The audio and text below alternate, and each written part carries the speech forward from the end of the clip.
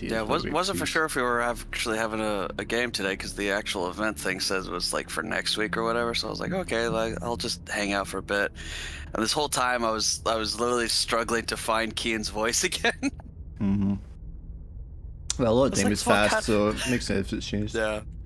I was like, how do I do an Irish accent again? Just nearly listened to an Irish person for half an hour, man. Yeah, basically. I had a friend when I was last time I was at college. Well, last time actually, the first time I was at college. No, sorry, the second time I was at college. And it was an Irish guy called Jimmy from Dublin. And like, because I was just like hanging out with him all the time, I was like picking up the lilt and saying your man and stuff like that. Do you know what I mean? Yeah. That's okay. Actually, hilariously, the same thing. Hanging out with you all every now and again, I'll pick up like. Oh jeez, now I can't even think of an example. But every now and again, I'll say hell. Some things that like, yeah, fucking hell, and.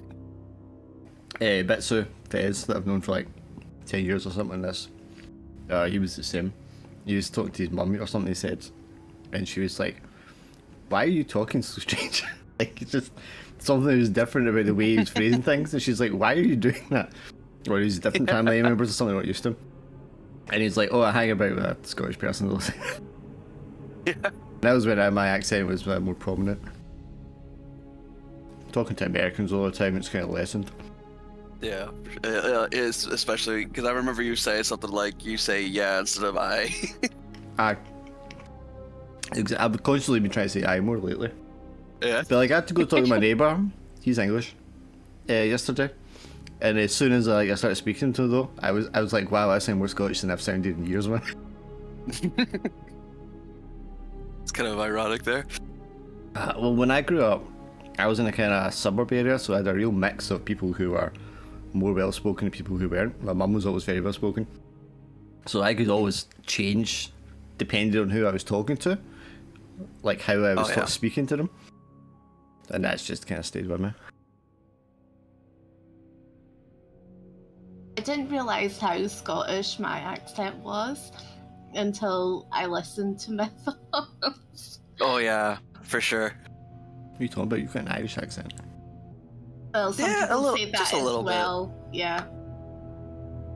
I think it's the like whenever you pause and say like I feel like that's where it sounds the most Scottish to me, but really? Yeah, it's probably because a lot of Scottish people say isn't it? A lot of Scottish lasses do that. Yeah. True. Yeah. You say like all the time though, which is more American, man. But you watch so many reality shows. Yeah. I mean, surprised you picked up. My wee brother, when he was a kid, I think I said this before, like preschool, he had a total American accent. And when my mum used to take him to like playgroup and stuff, they'd be like, "Oh, is his dad American?" And she was like, "No." I don't know where it's from. But I think it was just because he was watching cartoons all the time. Yeah. And just very impressionable and picked up. But There was like a girl 2 years or something of his life, man, he had a pure American accent. There was a girl at uni that was like that. She had like an American accent, I remember you saying this, yeah. I was like that. I was like, where in America are you from? And she's like, I'm not from America. I'm from like the south side of Glasgow. I'm from Scotland. Like, what are you talking about? She just picked it up. She said like she thinks when she was younger, she just like watched a lot of I mean, that makes a lot of sense, but in the time since then, you're not surrounded by it, and you know what I mean? Because I had the Irish slope, but that went away, and you said you had Irish slope when you used to work with all those Irish people as well. Yeah, that's true. Because when you're around it, you pick it up, but it should disappear again. You know what I mean? get sometimes. I don't know. I feel like so my dad, I don't know, for whatever reason, he always liked to speak like with like an Australian accent. Right. And so like, I mean, obviously that wasn't like his default, but that was just something he liked to slip into every now and again. Because you like Crocodile Dundee, yeah. Yeah, well, actually it was Steve Irwin that he was really big fan of, but Right. yes. I used to do because I used to go like wiki, didn't it? It's like a joke all the time, and they'll do like Cockney accents and stuff. But then when you do that all the time as a joke, you eventually start incorporating it into like your vocabulary. Mm-hmm. Yeah. And then it'd be like, it's fucking wicked, man. Yeah. And then people would be like, I know what? sometimes like whenever I get frustrated with something, I just like sort of naturally slip into an Irish accent, which I don't know why, because I don't normally speak with that accent. At times you have, But the American, you have got like a sort of Irish. But the American accent, as it's kind of interpreted mostly, is based on an Irish accent. Yeah. I think the funniest is when like this taxi driver said to me, he was like, "Oh, you speak really great English," and I was just like, I was like, I am British. And I was like, I'm from here. It's like, that's all I speak, you motherfucker. He said that he thought that I was Greek, and I was like, I don't even look Greek, you know. That's what he said to me. He's like, ghost "Oh, white skin, man." It's like, yeah, you look Greek. Yeah. That's what he said. He was like, I thought you were from Greece. And I was just like, no. People are I always weird. get like a sort of Ayrshire accent. You got a softer, it's because you got a yeah. softer voice, you don't necessarily sound Glaswegian. You don't do a lot of slang either, so you don't sound like Glaswegian. If you could hear my brother's voice, Swindle, man, you'd hear what I used to sound like, man. Because he's got a very guttural accent and a lot of slang in it still. Because of the people he hangs around with. But mine is softened a lot because of Laura. And then the Americans. But yeah, I mean, a lot of the American accent is like Irish. Just kind of changed. Yeah, just a little bit. Anglicized or whatever they call it. I don't think it's like anglicized, but the vowel change in it is obviously there. Yeah. Yeah, I don't know. I just find an Irish accent is really really easy to slip into. Yeah. Especially whenever I'm just frustrated. It's like, oh, for fuck's sakes, you know. Well, I always liked German when I was at school and stuff, but since we went to Paris that time, I've found like French kind of suits the way my tongue works and stuff better, I think, man. But when I was trying to teach myself Chinese, man, the way that works, because I got like a slight speech impediment, man, or a lisp or whatever, and fucking like doing Chinese, I found so much easier to like enunciate with, man. Yeah. Interesting. Because there's all like shi qian qi xia xiu xiu, you know what I mean? And that's just it just worked better for my mouth, man. That's interesting. Can't remember a fucking word right now though. Yeah. I didn't have anyone to speak it with. If you're not getting anyone you can go back and forth with, it just goes right out, you know. Yeah, for sure. Like, yeah. I've started to pick up on sign language, but there's really only one guy, the one that's literally teaching me sign. Mm-hmm. He's also kind of started to teach my sister because we both work at the same place with him. Right. So like every now and again he'll teach us new words and we kind of sign to each other. But he reads lips really well, so like I don't always have to. I still try to incorporate signs with it, but for the most part now it's just like me and my sister will kind of sign to each other, but I'm like, she's more advanced than I am at it, so I barely pick up anything. Yeah. And hilariously, I always start with the bad words first. Anytime I think try to learn a new does, language. Yeah, because it's funny. You need something to get your interest in it in the first place. Yeah, exactly. Yeah. But yeah, I've actually picked up quite a bit of sign, but yeah, I do notice that since I don't use it with everybody else, I try to still sign with people who don't need the signs, but just to keep practice. But yeah. Yeah, I think it's your brain. I mean, I don't know because obviously I don't speak other languages, but I think like limited exposure to it, yeah, is something you would need to like keep up. Yeah. You could probably remember key like- phrases and stuff like that, but I think it's something your brain Yeah. has to kind of be doing in parallel all the time. Do you know what I mean? Oh yeah, definitely. Unless yeah. you're one of those people who just knows 9 languages because their no, brain's just I'm wired not. that way, and language is just something that comes naturally easy to them. I know like a handful. I know like one swear in like a handful of languages, and Yeah. I know kind of how to sign, and then I know like several key phrases in Gaelic, but that's about it. Yeah, I know a few phrases None of them in a are few useful. different languages. I know how to count in a couple of languages, man, but yeah, that's a big extent of it. I know how to ask for tea and coffee and cake in different countries. So yeah. Oh, there you go. Well, when we were Yeah. You got the basics down. when we were in France, it wasn't just like key phrases, it's like taking the parts of them so you know how to make a new phrase from it. And I was yeah. starting to get that a little bit for asking where things were and shit like that, man, but we weren't nearly long enough to Gaelic. pick up. Gaelic's Yeah, like fucking really Gaelic. Yeah, backwards, it's man. really difficult. So It's is so difficult. So is Romanian. It is also grammatically very different from other languages. Yeah. I still trip up over seeing like written Gaelic because the letters don't fucking match up. It's weird why we bother Like doing that in Siobhan's. English and we don't just spell things phonetically. You would think Yeah. it would be more sensible. Yeah, but Like sticking in D's and all that shit in Gaelic. And Yeah, it's like these Siobhan has don't a exist. B in there somewhere. Yeah, it's like, why is this in here, man? Because I was doing Dark Malice in Gaelic, and it's like, the way it's written just looks dumb. You know what I mean? Yeah, for sure. Because it's like dub. But you don't say dub, it's ib, or something like that, man, you know what I mean? Or it's Yeah. weird. But yeah, like the way you have to like structure a sentence, like, it's all fucking. Because at least with like German and French, there is like there's a logic to it that you can kind of keep in mind. But yeah, Gaelic is just fucking very hard to parse. A lot of times it's like the adjectives before the nouns, and then it's like But there's lots so of weird.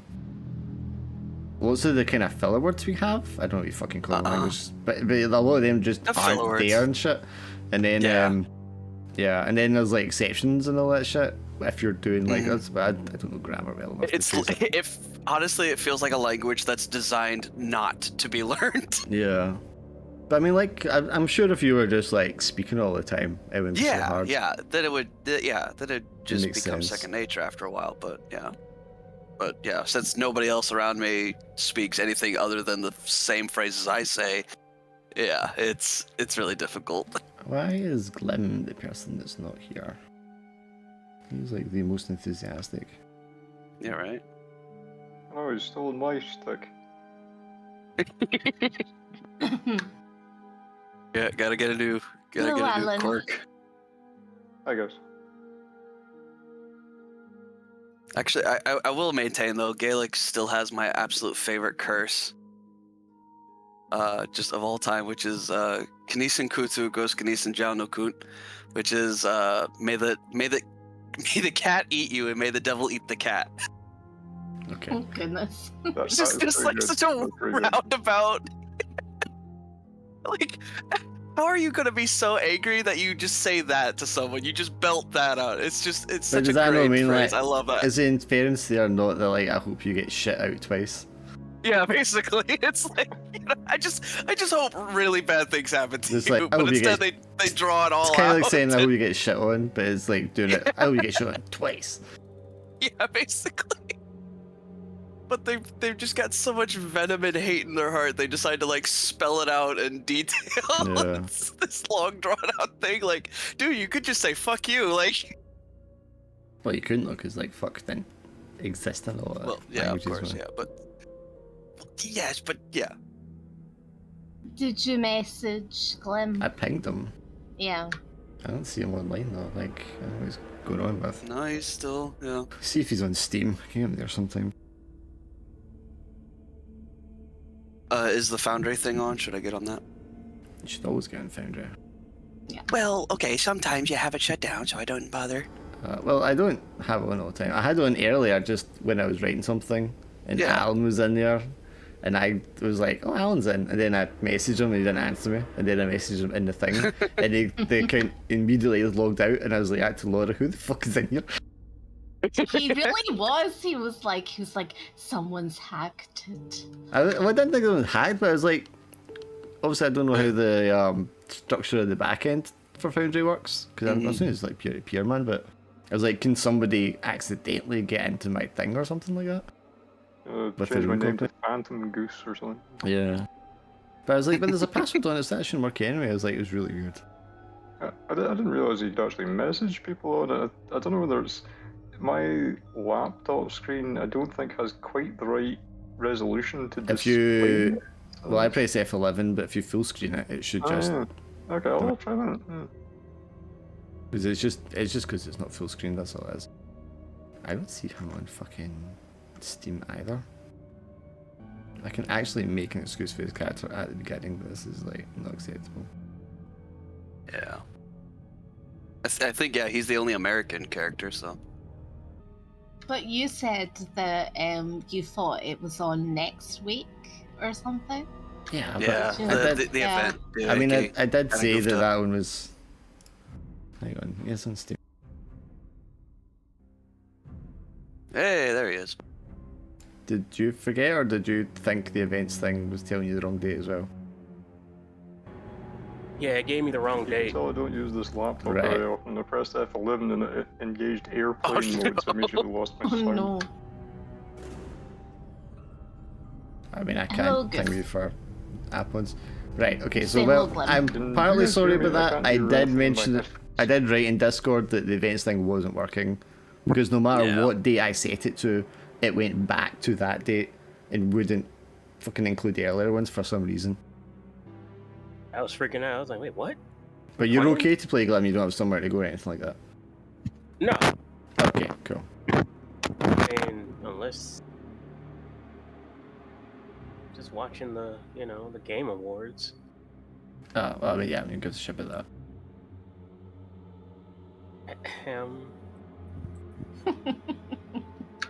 Man, this is like, football to me. What's that? This is like the football. What football? I don't watch fucking sports. Just no. I'm an RPG purist, thank you. I don't get involved in anything else. Jeez. Okay. That's so true. I don't have room for other hobbies, man. Like, fuck all that. Get your ass in here and roll these damn dice. Right, well, I'll let Alan sort out his... Did he say he's on an Apple? Is that what his problem is? That'll be it. Alan, are you on an Apple, did you say? Spits in the corner. Right, I'll give him a second. I'm going to grab another drink.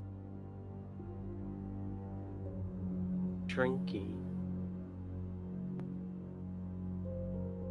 My character profile is such a poser, isn't she? Like, look, Mm. Captain America's wifey. Carter? Oh, yeah. It's such a posy position, isn't it? That's literally a... Actually, weirdly enough. Adam Wilson. I just have to say, like, I really loved your photo, Clem. Like, your guy's photo. It was really good. You know what? Screw y'all with all It's these really, long really profiles. fitting. It was like the face, it was really nice. And then I liked Swindles as well. Kane's character, like that. Yeah, it was that really difficult. fitting as well. Tried to find like a black and white photo to, for him, but it was like I type in 40-year-old Irishman and it shows like a guy who might be 19 and then a guy who's like 70, and there was like no in between. Yeah, when I was trying to get the Yeah. AI generate one, it was just versions Yeah. of Pierce Brosnan. Basically. I can't see anybody else's pictures though. I can't either. Path of Exile. You can't see them if you click on their character? I don't even see their character. Well, that's probably why. Yeah. I can give you his observer. Hang on. Just do this while he's messing around anyway. You can do it if you go to character dossier. You can see photos. Oh, now I can. I mean, for actual player sheets, I've changed it so you should be able to see, Yeah. but not interact with. I can nosy into people's character dossiers. Well, you're supposed to be able Well, to see yeah, the dossiers. That's kind of the point. Yeah. Because it also helps you kind of link your character and stuff, right? Oh. Is it the Discord settings, Alan, maybe?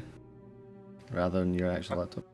I think I'm okay now. I reset the laptop and I seem to have got it back, so I don't know what happened there. I think it was like it didn't register that I'd left the call when I was trying like turning my headphones on and off and stuff. I don't know. It's working now. So.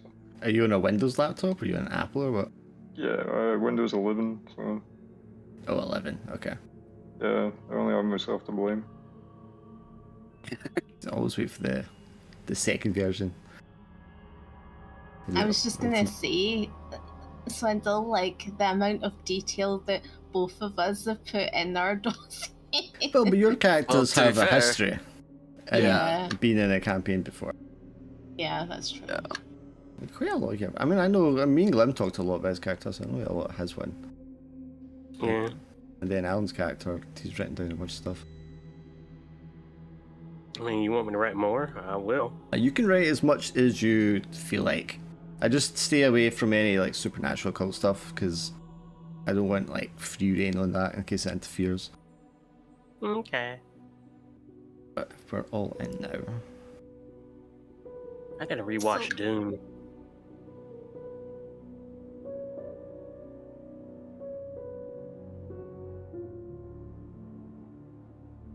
I actually Reason why- watched a 1940s movie about a female surgeon at the weekend. I can't even remember, but it was like the prejudices and stuff like that because she was female and working as a surgeon. It's really harsh. Oh, that reminds yeah. me. Deadpool Wolverine. I got so many like historical notes. That's his alien Romulus. What are you talking about? Oh, the Movie. movies that he's watching. Oh, right. Oh, did you see the new Alien movie, Glim? I may after this campaign. Oh, after this, oh, exciting. I've already saw Twisters, and that was pretty good. Was it good? Oh. Yeah.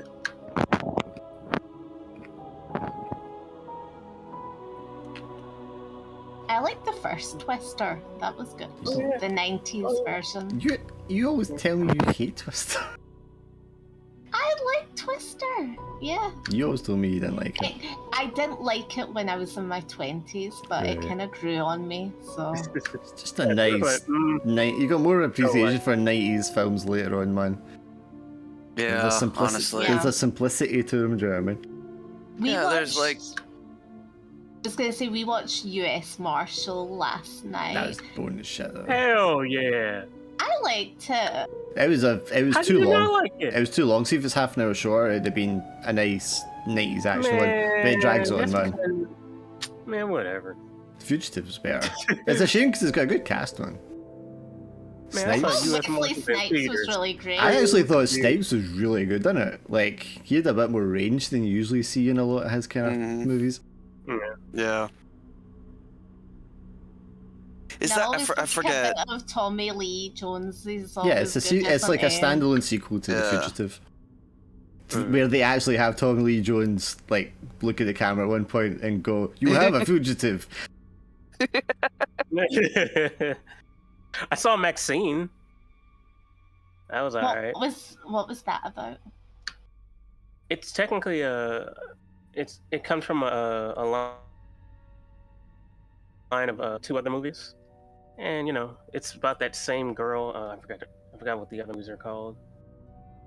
X and Pearl. I went to see Maxine. There you go. Yeah.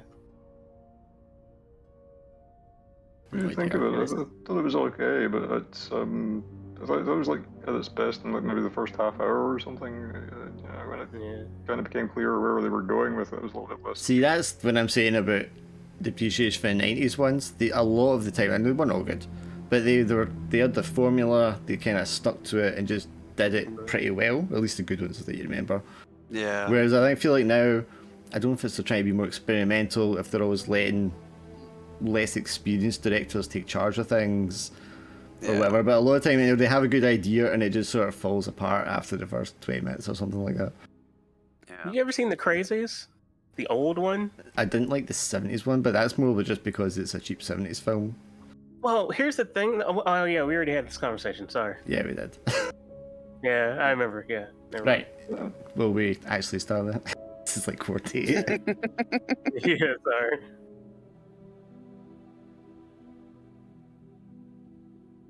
Okay. Are you going to do the letters first? How Ooh, we do a letter? Yeah. We'll do cover letters when you get to a point where you can actually write one, but you haven't left Okay. anywhere yet, so there's no point. Fuck, all this talking's like disrupted the montages I had in my head. Okay, so if we open up with Cian, who is this 40-something-year-old Irishman who's now a British citizen, apparently. Well, I was living in Scotland. Yeah, but you must have become a British citizen to become part of the British Army, right? Yeah, that's fair. Probably on fake papers, I imagine, originally. Probably, yeah. But here he is. This is some 20 years since events happened in the past. And he has found himself in the north of England on this military base, working logistics as a truck driver, having been conscripted in the war. And this has become something of a distraction to other things that are going on in Cian's life, or in his mind at least. And there you are, Cian, standing. Are you still a smoker? I can't remember if you were a smoker in the past. I honestly can't remember if I ever said Cian smoked or not. But I imagine so, probably. So you're standing there having a cigarette, talking to some other drivers by your truck, when an officer and an MP come like walking up to the group of you. And, you know, this is never a good situation in your experience. And they approach the group of you, and the officer says, Mr. Cian O'Doyle? Aye, sir. And he pulls out a little slip of paper from his pocket and presents it to you. You've been reassigned. Yeah, I'll take the piece of paper and see what it says. The officer standing in front of the three privates who have not yet saluted him throws you a glare. I mean, yeah, fair enough. And then walks away. You unfurl the paper. Yeah. Dr. Pemberton, sorry. You are in your apartment, having received your reassignment papers. The apartment is, of course, empty, affluent looking in this part of London. You can hear people going about their business outside. You can hear the crews recovering people and treasures from the wreckage of the Blitz from the night before. Your husband is out because he's been posted elsewhere. Your children have been sent up north for their own safety, but you have stayed in London as part of your duties, as part of the auxiliary unit in the army. And you are just preparing your things and having one last look around the apartment before you head out, not really knowing where you might be sent to. As you look at it in the mirror, you see a brief image of your late father standing behind you, as you remember him, tall, handsome, dressed in his military uniform from World War I. And you just have this feeling of he's always there, always like keeping an eye on you, and especially in these kind of times during the war, you feel like he's like looking out for you before you like turn and head out of the apartment. Lewis Barker You know, you've managed to avoid being conscripted so far.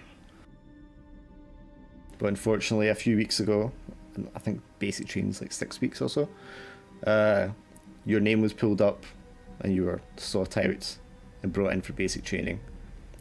Immediately after finishing your basic training, the guys that you're doing training with and you thought whose unit you would be included in as part of the home defence, they are sent elsewhere and you're given separate papers and told to report to this military base in north of England.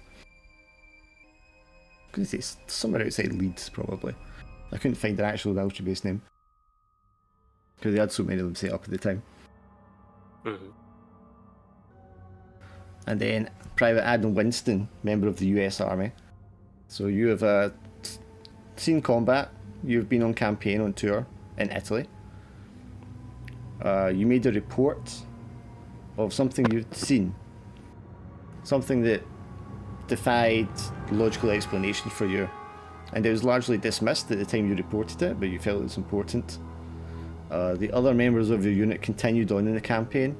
However, a few days after you made your report, you received papers from your commander of your battalion informing you that you were being reassigned to a joint allied unit and would be sailing back around to the United Kingdom, somewhere where you've never been before. You have to leave the friends you've made and the comrades that you'd kind of shed blood with so far in the campaign, and find yourself like alone on a ship with a bunch of strangers speaking strange languages, Polish, French, Algerians and such, who are all being like sent to the United Kingdom. Upon arrival there, in the rain of course, in the cold of January, you are like handed a slip of paper at the docks, giving you your assignment and where you've been reassigned to, and you can see that is the military base outside Leeds.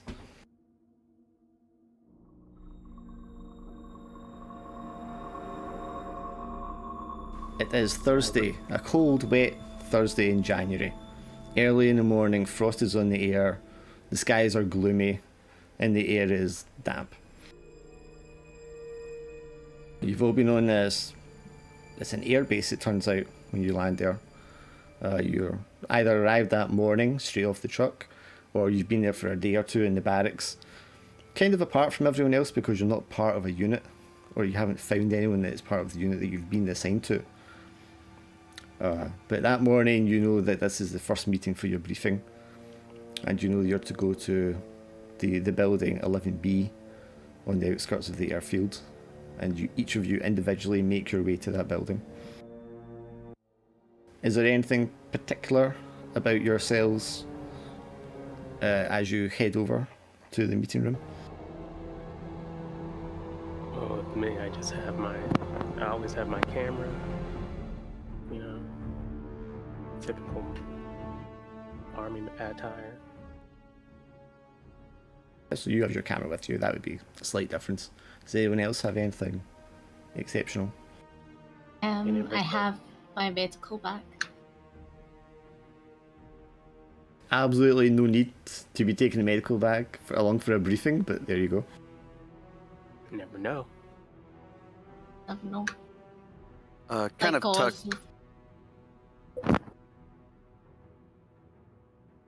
Yeah, Kian's just got kind of tucked underneath his uniform is a little necklace with a funny looking rock. But other than that, It's just a very small piece of metal on your necklace. yeah. It kind of looks like silver or tungsten. Oh, she's got her watch on, her father's watch on her wrist. So. Okay. What about Lewis? Is there anything? I mean, Lewis has no idea why he's been picked out and sent here separately. Yeah, I don't know if I'd be doing anything particular. I don't know, maybe like just as kind of a nervous tick, I'd maybe be chewing gum or something, but yeah, that's probably about the only notable thing I think. Sure. You get to this building, and it's these, you've seen them on TV and stuff, the kind of half barrel-shaped structures, temporary structures that are set up. And there's just like a line of them down the side of the airstrip here. When you arrive, this kind of low rumble. It's not quite like thunder in the sky, maybe just like a very strong wind blowing above the rooftops and into the trees alongside the edge, the very, very edge of the airfield. And the four of you kind of converge one after the other, standing awkwardly outside this building labelled 11B. I just look around, messing with my camera, like there's anything to talk about. So I mean, Hi there, I'm Gloria Pemberton. I'm a surgeon. Wait, you say that to me? Everyone. I just nod.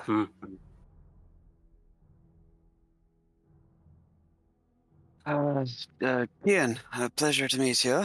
I suppose I'll go ahead and get the door. the door is unlocked and it opens easily. It's a very flimsy door. Looking inside, you can see like I think anybody familiar with the airbase or how they work would know that these are the kind of buildings where the air crews, the bomber teams would go into to get their like briefings and their flight plans and that kind of stuff before they go on a mission. So you can see like there's a big wall at one end where papers and stuff are attached to, and there's like chairs and seats laid out in rows before it. For point of clarification, is this closer to the fighting than where I previously? Like, is this usually where the troops kind of get shipped off to where the fighting is, or stuff like that? Being an airbase is where airmen would be stationed. Wouldn't normally be other parts of the army here. So being sent to the airbase is kind of strange at all for you. Okay, so Kian's looking fairly nervous, but otherwise kind of tries to put on a brave face, or at the very least a very nervous smile, but yeah, just kind of has this nervous energy about him. Yeah, you open the door, you step inside, and you find the light switch at the side and turn the lights on for the room, which are illuminated. I wait for everyone to go in, and I find a chair way in the back. Yeah, where would the rest of you like to take your seats? There's no one else here yet. It's maybe like 2 minutes after 9 o'clock, which was the time you were supposed to be here. I'll sit next to him as well, because I don't like to just like sit in an empty row. So Sure, just, you like, take sit your next. seat next to Adam. Yeah.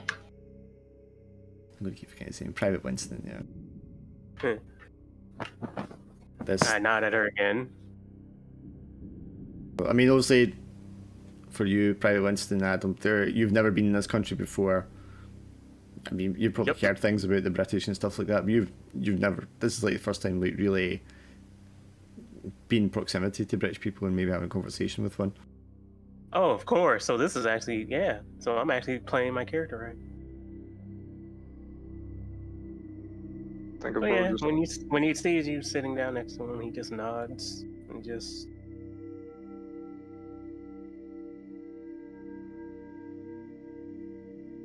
Sort of shifts awkwardly. Sorry, Lewis, you were gonna say? yeah, I was just gonna say I think I'd probably just sit down next to everybody else and like, you guys have any idea what this is about? I just got air for a living, man. This is I don't know why I'm here. Sir, no, sir. He goes back to doing his thing. Yeah, Kian just kind of shrugs. I'm just a truck driver. I've certainly got nothing to do with airplanes. But Kian will sit probably in the same row, but kind of like on the opposite end of the like central walkway. So he's sitting on the like edge of the seat. Yeah, across the aisle, yeah. Yeah. Interesting, you're all sitting in the back row now. I mean, it's the first seats there. Like, Yeah, sure. Kian's leg is bouncing rapidly, just kind of nervously. Not a minute later, the door flies open. There's a gust of wind. It's now raining lightly outside, and the rain kind of blows in with it. A man of average height, fairly attractive looking, with neatly pursed dark brown hair, comes in with a black umbrella and like shakes it out at the door before stepping in with the umbrella itself. If this will just let me do this. And he is wearing an officer's uniform. When he comes in, he gets up and stands at attention.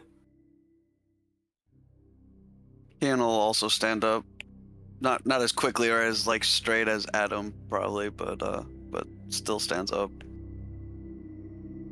What did you want to say, Gloria? I was gonna say Gloria. She doesn't stand up. Okay. How about you, Lewis?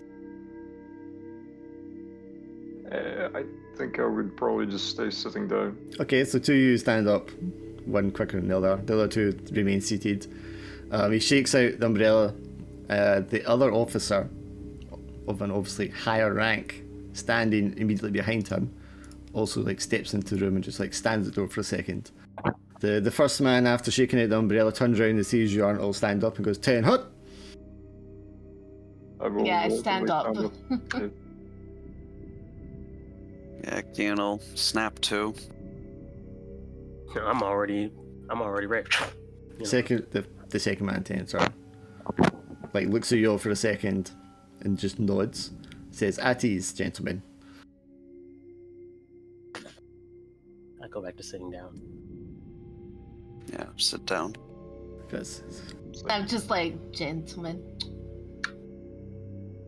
oh, I beg your pardon, Doctor Pemberton. Yes. Yes, sir. Beg your pardon, madam. Force of habit, you see. And he like looks over to the man. Lieutenant, if you please, close the door. And he walks down the aisle to the front and takes like the position behind the sort of speaker stand. The other man, identified as Lieutenant, closes the door and you hear like the snib of the lock. And he kind of looks at the four of you for a second. He has a much sterner, more serious sort of face and expression than the other man. And he walks past all of you and stands at attention at the other end of the room.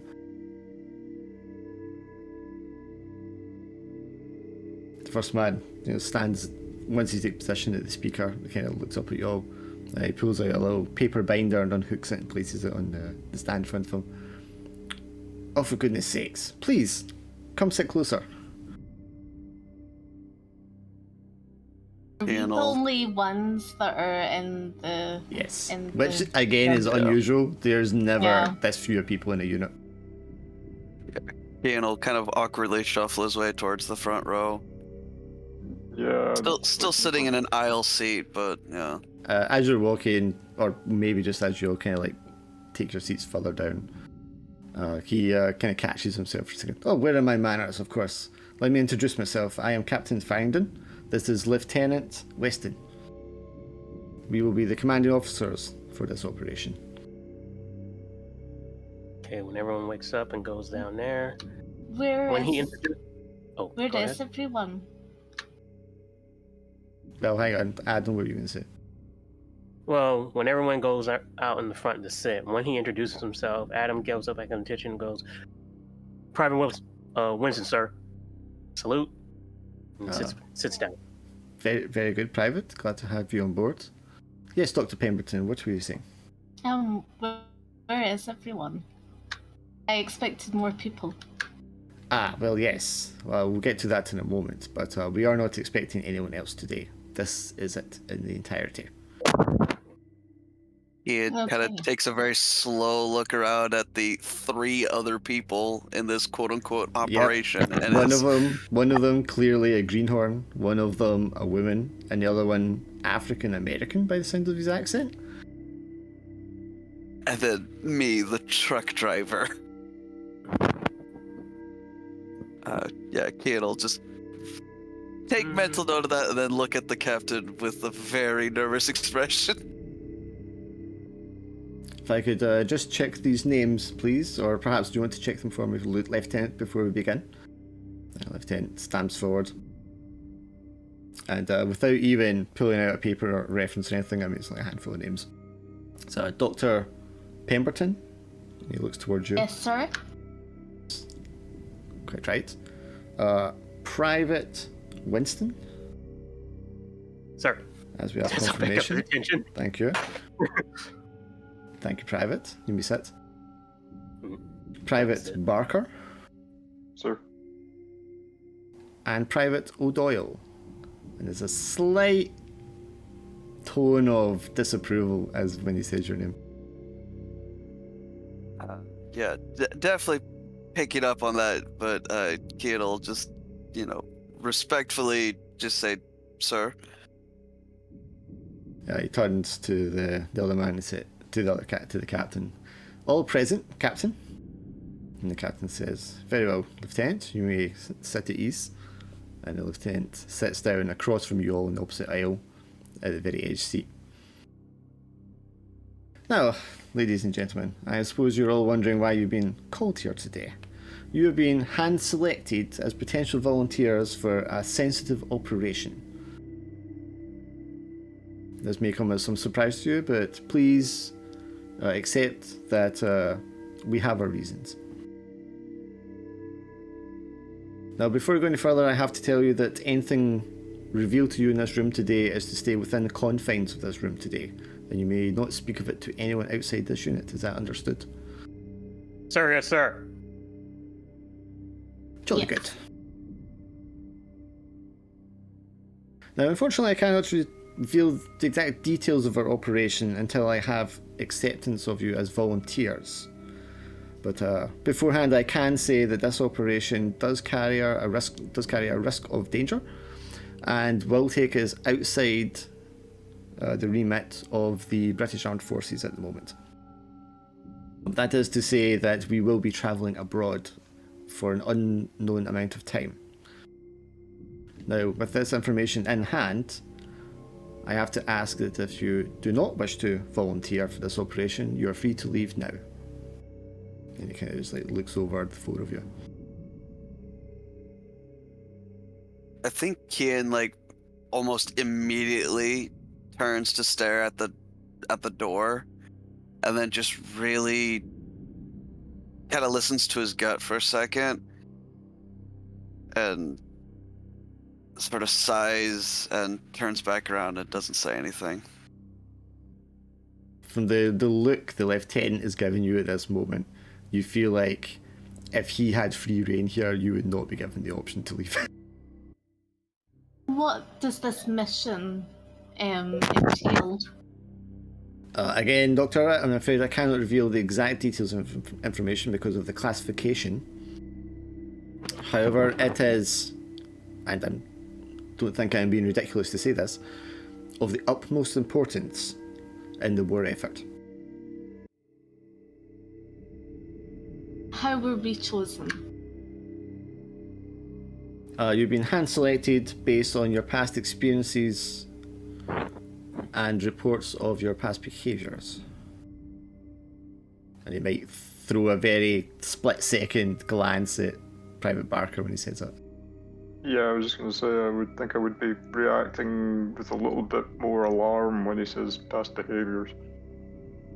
I think, honestly, for an entirely different reason, Kian will react in kind of the same way. Just kind of look very, very alarmed and very curious what reason they would have to pick Kian.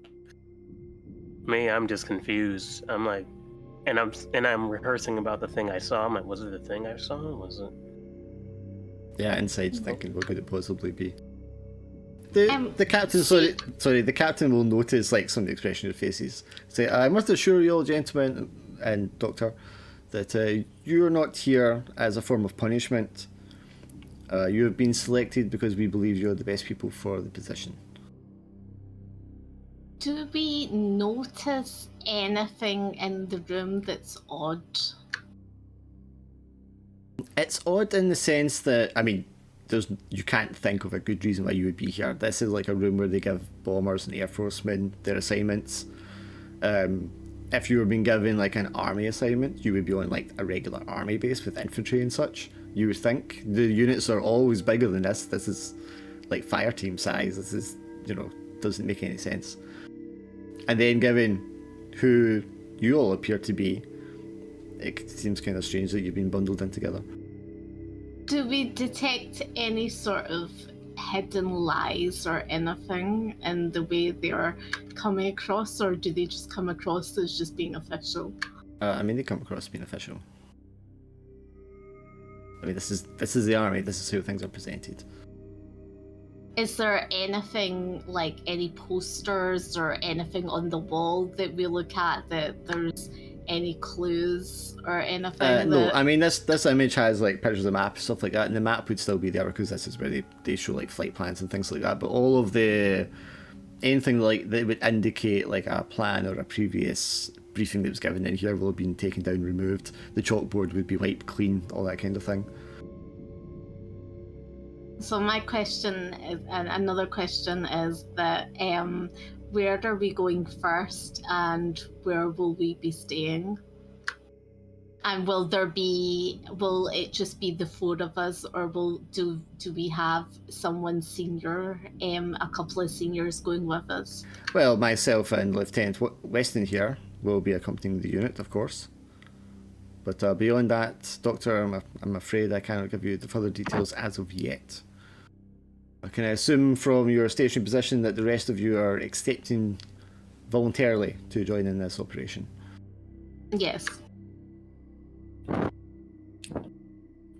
Aye, sir. Private Barker? I think I'll make a bit of a grimace and say, "Sir, yes, sir." Sir, yes, sir. Sorry, sir. Jolly good. Well then, Doctor, privates, you are now part of Operation Witchpire. I will now begin the briefing for Operation Witchpire. Give me a second to bring this up. I will make this available in your shared documents, but you won't be given it out to read just yet. You have now been signed to Operation Witchpire and will be working under the command of myself, Captain Farrington. I will be subordinated with Lieutenant Weston here, and our unit's commanding officer ultimately is Major General Parsons, who you may or may not have heard of. We are operating within the British Armed Forces under the Special Operations Executive, and of course under the larger jurisdiction of the Allied Command Forces.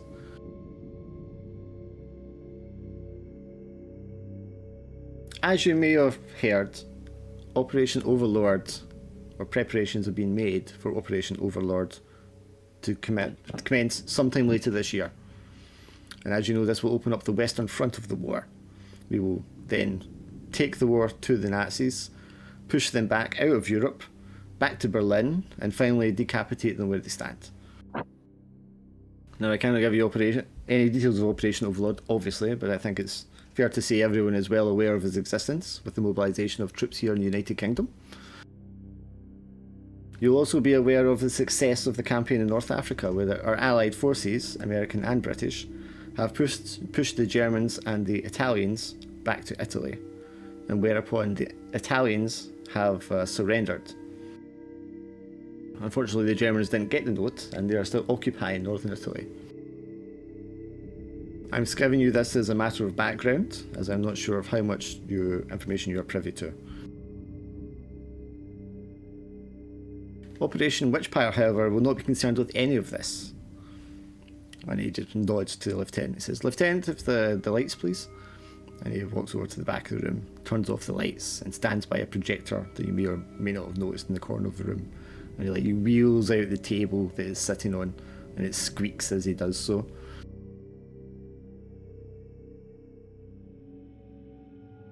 Would you like me to play the video for you, or would you rather I just give you a link and you can watch it later?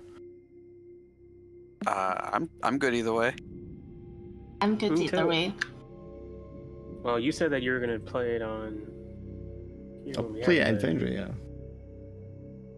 I mean, yeah, you can play it in Foundry. See how strong Foundry is. Alright, let me see if this will work. Will it just pop up or just? Yeah, I want to find it.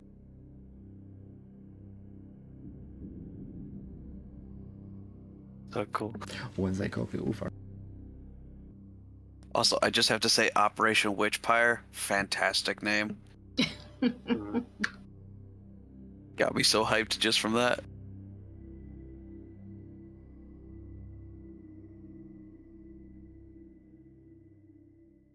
Where did I put this now? I thought I had this all copied over. Oh no! Oh, here it is. I can see us just sitting there waiting. He's like, where is Yes, it? I mean, you've got to fumble around with the reels and all that kind of stuff because it's an old step projector. And I actually have to preview these because I haven't named them either. Well, we'd been hollering for action. Now we were going to get or ran. Okay, I think it's this one. Oh, it's an MP4. I hope this plays. Alright, I don't know why it doesn't have any audio though. Anyway, he begins to play a video. The video basically just details the Tunisian campaign, which was part of the Operation North Africa. There was German and Italian troops there. They were pushed back like a pincer movement between the British from the east and the Americans from the west. And Adam, you'll know of this campaign because you were kind of part of it. You were briefly in Morocco before you like moved past Tunisia and then were sent onwards to Italy. Mhm. So you've kind of like passed through these places without really being involved in it until you got to Italy where the actual fighting was that you were involved in. Yeah. And the captain will just kind of explain the sort of basic military details of this. The British forces meeting the American group and then how they spread along the coast of Africa, pushing back the Nazis.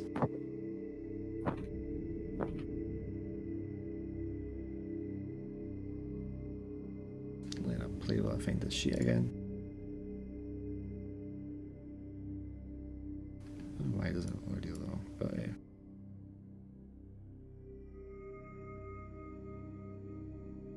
Now the reason I'm showing you this, privates, because we will be taking our investigation in the first instance to Tunis, which is obviously in Tunisia.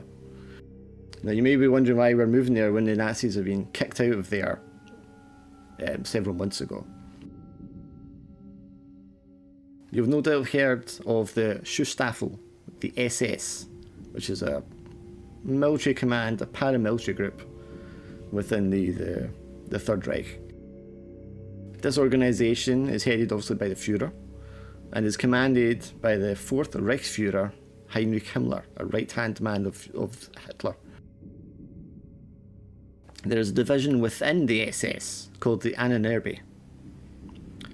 Basically, this organisation remit is to justify the Nazis' existence as a super race, as the superior race to all others.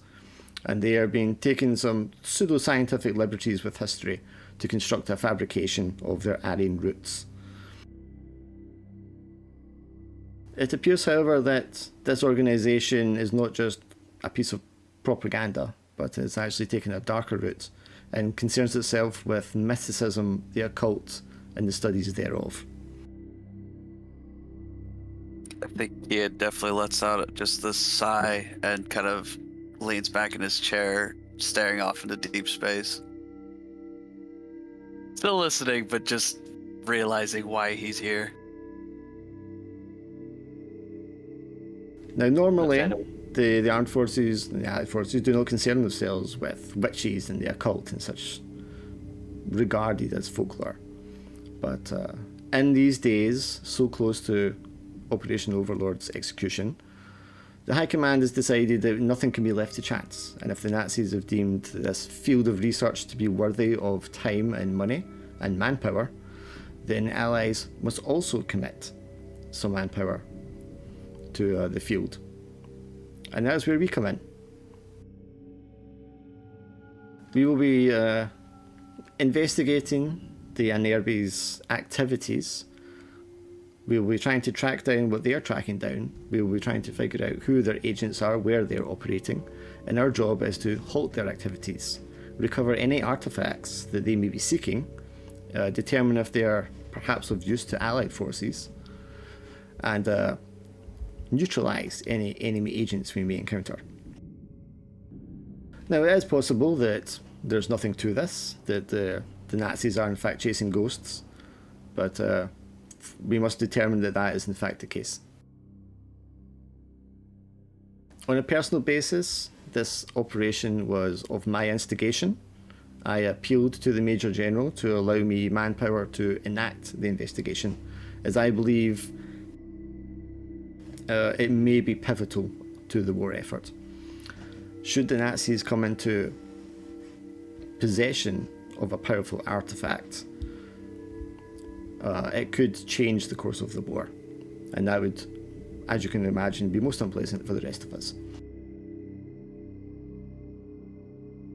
And they stopped the reel once the thing stopped playing.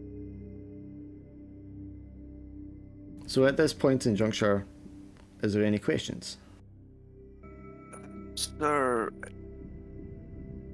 Yes, Private O'Doyle. what exactly was the criteria for why we were chosen? Now that we've volunteered. As you can imagine, Private, the nature of what we are investigating requires a certain, I don't want to use the word belief, but a certain confidence in the existence of the supernatural. Each of you have been picked, hand-selected, because of the reports that I've received and read, which suggest that you have experienced the supernatural in one form or another.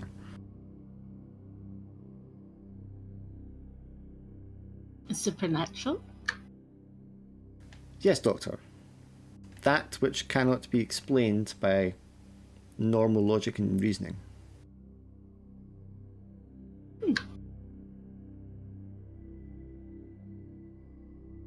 Yeah, Ian kind of just rubs at his eyes and kind of regrets, his previous attempt to get out of the military by acting crazy and talking about his experiences, connecting the dots that they might have led him to this room.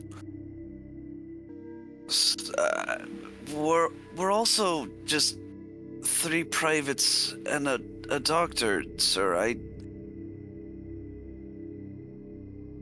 Well, technically, O'Doyle, the Doctor, is also a private. But yes, I understand what you're saying. The rank, your experience in rank is, or military experience I should say, is not the prominent factor here. Anyone can acquisition soldiers, and indeed we may need to do so in the course of our investigation.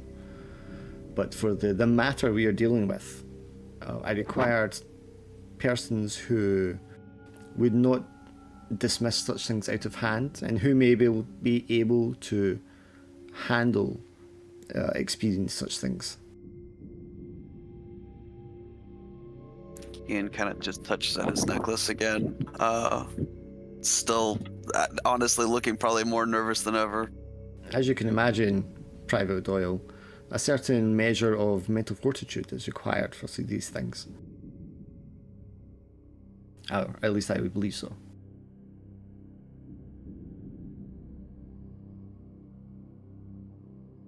Aye, sir. He rests his hands on the side of the speaking table and just kind of takes a firmer stance. Don't be shy, gentlemen, lady. If you have any questions or thoughts, I am more than happy to hear them. You may speak frankly. What sort of supernatural elements will we be up against? Well, the exact nature will depend on the findings of our investigation. We have some rudimentary knowledge of the Anari's activity, as you will find in the briefing dossier, and he nods to the lieutenant, who walks up to the table and takes the papers out and starts to pass them around to her. Now, as we only have confirmation from intelligence of their activities in a limited number of areas, but we will be beginning with Tunis. And we will, I guess, see where the night takes us. But as to the exact nature of what they may be looking for, at the moment we do not know. It may come to nothing. It may simply be some archaeological knowledge. But if there is something there, something threatening, it is better that we root it out. Have you seen any supernatural He takes elements? a deep breath in through his nose, his lip shakes a little bit. He's clenching his jaw and he looks down for a moment and raises his head again. I'm afraid, Doctor, I have not. Perhaps that's for the best. I am, however, an ardent believer that we should not dismiss the activities of our enemy. And if once again, if the Nazis believe there is something to this, then I believe it is worth investigating. Okay, Winston gets up, sir. Yes, Private Winston. How many angles of pictures do you need, sir? Although we will be requiring your skills as a photographer to gather evidence in part of our investigation, I am more interested in bringing you along because of your recent experience, Private. Yeah, I was going to follow up on that as well. Is it medical related? It might well be, Doctor. Yes.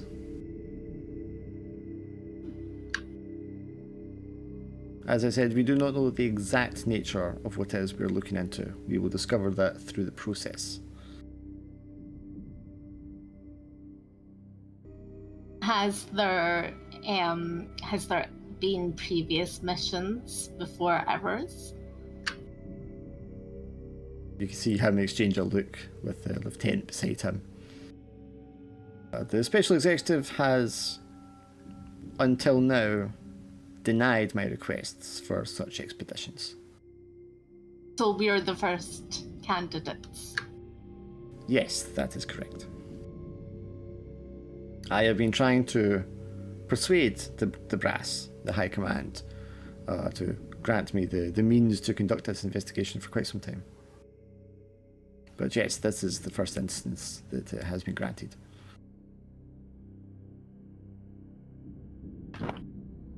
You say medical, it could be medical related. How could it be medical related? Well, we do not know the exact nature, therefore anything is possible at this point. And similar to my other fellow men, why was I invited along? I wasn't wishing to discuss personal experiences or personal matters in front of company, but if you have no issue with me doing so, Doctor, I would be happy to discuss why you were selected. Yes, feel free. I would like to know. He turns one of the pages in the document in front of him. If I may bring up the matter concerning your mother, a Mrs. Mildred Potts. My mother?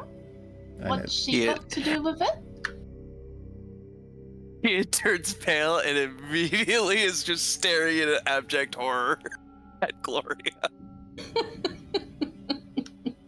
I do not wish to discuss the private details of your mother's condition in front of everyone here, but it's a matter of public knowledge that she was admitted to an institute for the mentally unwell several times in the past few years. And the accounts she has given in regards to your father's disappearance some 22 years ago, I believe. Oh, fuck's sakes. What happened to my father? My father apparently drowned. He looks awkwardly at the lieutenant for a second, who just doesn't give anything away with his expression. I'm sorry, Dr. Pemberton. I thought you had been informed of this information. I always knew there was something because of the births, the deaths, the sort of certificate said he had went missing and not drowned. Would you be that light about it, considering you've just learned about this like just now? Yeah, well, I'm shocked. I'm just like, I'm just seeing things in my head, kind of like, yeah, this is why, and because I'm thinking of the certificate and stuff that says that it drowned, and I'm just like, yeah, it said he went missing, in the certificate, and it was just Yes. yeah. Yes. I mean, I don't have all the details in front of me, all the reports in front of me, but the report I have was concerning your father's disappearance and the nature of that disappearance, and the account that your mother has given since. But perhaps if you haven't been spoken to about this in detail previously, we could discuss it privately afterwards. I wouldn't want to avail to you any facts that you may find disturbing. Yes, In that might public. be helpful. That might be helpful. Of course, Doctor. And he's looking quite uncomfortable, having realised that you didn't actually know.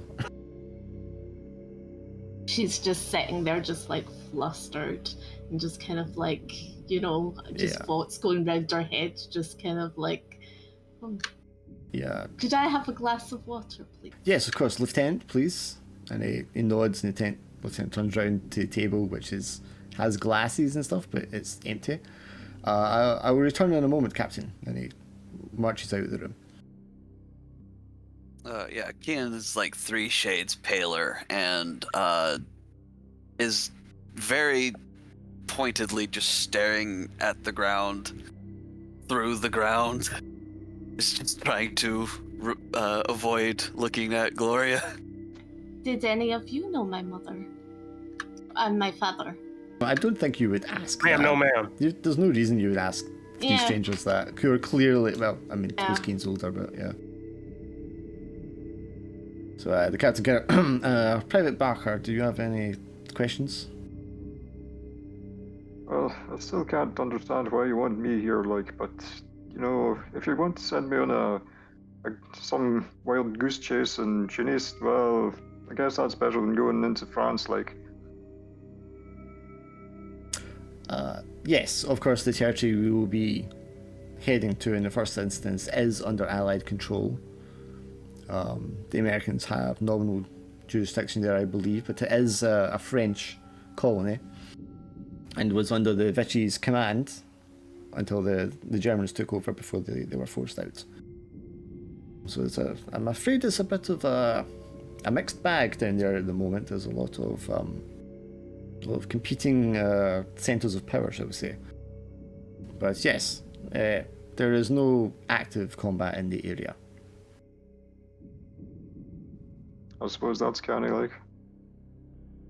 Okay, well, privates, I'm sure the Lieutenant will return with your water shortly, Doctor, and perhaps you want to stay behind for a more private conversation. But if the rest of you gentlemen feel adequately filled with knowledge at the moment, you can be dismissed. We will rendezvous 8 o'clock tomorrow morning at the same location, where we will be then taken to the port of Liverpool, and we will board our ship to take us on our journey. If you have any questions in the meantime, you can ask at head office on the base for Captain Farrington or Lieutenant Weston, and I'm sure someone will be able to locate us for you. You'll be able to bring your private belongings along, as you might expect. Everything else will be provided for you.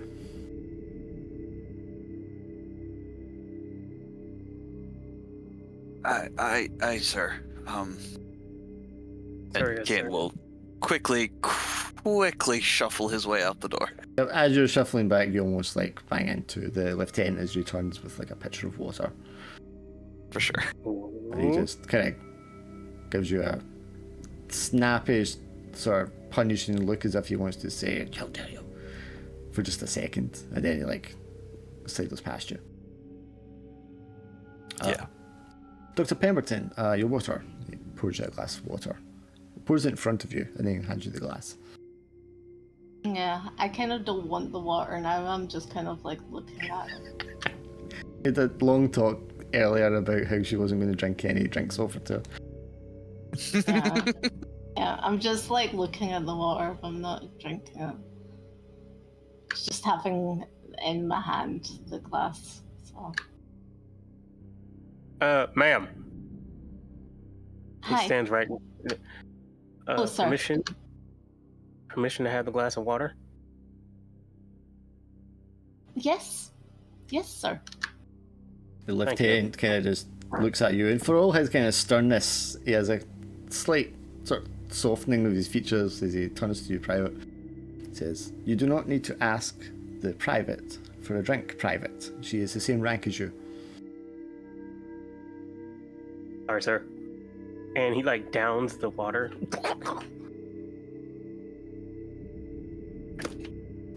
The captain just sort of steps down from the podium. He's like, "Yes, Private, help yourself. Take refreshments as you need them."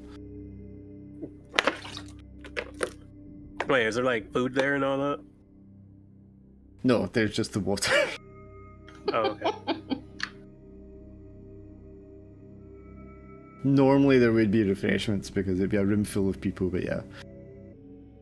Perhaps when you two are like standing there drinking water or whatnot, you can... the captain and the lieutenant step to the side, or the lieutenant approaches the captain and he is like leaned in, like whispering something to his ear, and the captain just looks up at him and just like shakes his head like, no.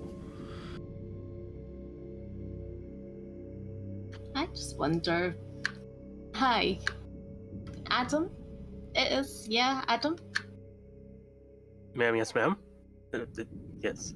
Sorry. Just call me Gloria. Hello, Gloria. You got a family? Yes, ma'am. Yes, I do. Oh, you don't have to call me ma'am. You can call me Gloria. Yes, I do, Gloria. Do they live near here, or? No, they live back in America. Oh, that's quite a trek. Yeah. You must miss them. I'm sorry, the posh Dr. Woman says Trek. Oh, that's What? quite a journey. Okay, that's quite a journey. Okay, that's quite a journey. Okay. Wait, what? I said trek, but he said the posh There's a woman very wouldn't Scottish say that. slang thing to say. Yeah, that's quite a journey. Well, she is Scottish, isn't she? Her Yeah, mum but is she's No, posh as well. Well, it's kind of funny Yeah. because that actually, now that you said that, I'm like, man, trike? Oh, journey. It's quite a journey. Yes, it is. Gloria. Thirsty? Very. And hungry. I'm nervous. I'm sure we can all go for some dinner afterwards. Yes. Crazy business though, isn't it? Not knowing what we're in for. Yeah. Yes. I hope none of us get harmed in this. Whatever this thing is. Yes, I hope so too. I will say this. If you smell burning rubber, run. Okay. Yes. Rather curious and cryptic. Lewis, are you just sat there kind of wondering exactly what the hell's going on? Pretty much. I think I'm slightly relieved that we're not being sent, into like somewhere really dangerous, like The death zone, yeah. yeah, we're not being sent to doom in occupied France or the Netherlands or anything. But I'm still like completely baffled as to why they picked me and why I'm here. I mean, do you want to approach and ask one of the officers about that? Or do you want to just keep your mouth shut and carry on? I think I'm like kind of dying to ask, but at the same time I'm hesitant because I don't want to upset the apple cart. I feel like if I dig around too deeply, maybe they will send me back on a troop ship somewhere. Mm-hmm. I walk across to ask him like about my mother and father, like, just across. I'm like, I'm happy to talk now. Yeah, sure. He's gonna be like, yes, doctor. Yes, perhaps we should discuss in my office. Do you want to, if you don't mind? And he like gestures for you to step forward first. I go. You walk, and he, before, as you get to the entrance, he says, one second, Doctor. Lieutenant? And he turns around, and the lieutenant's right there beside him. He's like, yes, sir. And he, like, picks up the umbrella, opens it up for you, and, like, holds it out for you to take. Thank you. Oh, don't be ridiculous, ma'am. And he, like, the captain takes the umbrella to hold it for you, even though you're, like, much lower rank. This way, and you just, like, make your way across the airfield in the wet rain, which is now pouring down much heavier consistently. The wind buffeting and blowing against you as you do so, over to, like, the main building where the mess and all that and the quarters and stuff are. There's a number of offices, and you kind of wind your way past a couple of them, and there's one that's obviously just been quickly thrown together. There's just a desk and a chair in there, and he opens the door for you to gestures for you to step in. You can see there's like women typists typing away in other office rooms down the same corridor, and you're all just separated by like panes of glass, so it is quite noisy with the sound of the typewriters. Okay. I sense that you know further information about my father that you're not letting on. I do apologise. The report that was given to me indicated that you were aware of the circumstances and perhaps aware of what your mother had been saying. I had heard like supernatural, but I just thought it was like nonsense because she had taken a breakdown, and because my father had been drowned. Well, that's what I thought, and then I saw the certificate that he was missing, and so I didn't quite know why, but I understood that she had taken a breakdown through the fact that he was missing. Of course, and of course you have my deepest sympathies for the disappearance of your father, and indeed your mother's ill health. It's most unfortunate. But if I perhaps could refer to the statement that she'd given, and as far as I am obviously not a certified medical professional, I cannot comment on her state of mind or the actuality of the statement she's given. This may be delusional, but in regards to recruitment for this unit, the circumstances of this and how it relates also to Mr. O'Doyle's experience led me to believe that you were privy to these facts and that you might have a level of understanding of the supernatural that would be aligned with the nature of the operation. I'm open to it if it's related to my family and to get a better understanding of how this fits in with my father. In that case, I think your mother's own words can probably say this better than I can. He turns the sheet of paper around and like slides it in front of you. I don't actually have this written out for you, but I'll give you the gist of it. And it's basically your mother retelling the account of what happened in the vaults to her husband. And it goes a little rambling at times, because obviously she's very highly strung and all the rest of it. And there's mentions of cultists and warlocks and black things coming out of people and all this kind of stuff. And you probably heard a lot of it from your mother before, maybe, or at least in part. But here it is all like written down in her own words to read, and it could be a little disturbing. So on your character sheet, I want you to make an insight roll. Is that in the journals? Yeah. No, your actual character. You'll have on your hotbar. It says Display Gloria, and if you click on that, it'll give you a character sheet, and then you click the button for insight roll. Oh dear. What happened? So you're. Before we go further, what type of psychosis does your character tend towards under moments of extreme stress?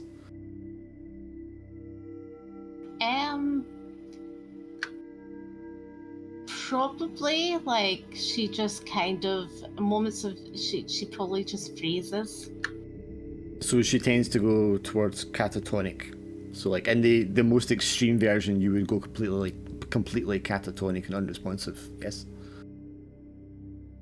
Yes. But in lower regions like this, you go silent and still. Yeah. Okay, you go completely silent and still as you read this, and memories are brought back to you of your mother speaking to you, of your aunt pulling your mother away, not allowing her to speak to you because she was afraid of what she might say or what you might hear, and it might scare you. You also remember visiting the farm. You also remember being given to your mother's friend who was like looking after you while your mother was doing something with a group of men that you'd never seen before. Which sounds bad to phrase it that way. Do I recognise Kian? No, I don't think so, because I'm not sure if you ever even actually saw him. Okay. But you know she was like, there was other men there and she was doing stuff, and your father was like annoyed at her because she was out doing things and going places and he wasn't happy about it. You just get like these just little sparks of memory coming back to you as you're reading these notes, and you're getting a sense of the fear that your mother felt, because no matter how real the things she was saying actually were, but the fear she felt was obviously very real, because you could see in her eyes and you could feel in the tone of her voice, and it made you scared when she would bring them up, and you're kind of just brought back to that moment just now and feel that way as you're like reading through this. She went through a lot, didn't she? Yes, it sounds most unfortunate. This as well brings me back to my childhood of when she had a group of men in the house, and my father wasn't happy about it, and she was spurting on about some of these things, and she was always going out. She was well, if you're tending towards catatonic, then just now you'd actually be going very quiet. Yeah. Because that's when, if your insight goes up, that's like when you're suffering the effects of like the terror. So yeah, the cat in the sea, kind of how shaking you are, just like slide the paper. It's a most unfortunate event for anyone to go through, and I'm sure it's been difficult for your family. Yes, sir. I believe your husband, says he tries to change the subject a little bit. I believe your husband is also in the forces at the moment. Where has he been stationed? Yes, he's. Is he in the southeast with the mobilisation? Yes, he's in the British Army as well. He's a lawyer, but he's a officer. He's quite high ranked. I see. So. Ah yes, I seem to go. And your children, are they in good health? They're in excellent health, sir. They are staying with your sister, am I correct? Yes, sir. They're staying with my sister-in-law. Yes. Sister-in-law, sorry, of course. And if you don't mind me asking, Dr. Pemberton, how is your mother of late? She's well. She's back teaching. She's also she does a lot of voluntary work as well. She's helping people out, the war and everything, the rationing. Of course, that sounds excellent. I noticed that she no longer lives in Scotland, however. No, she moved closer to us.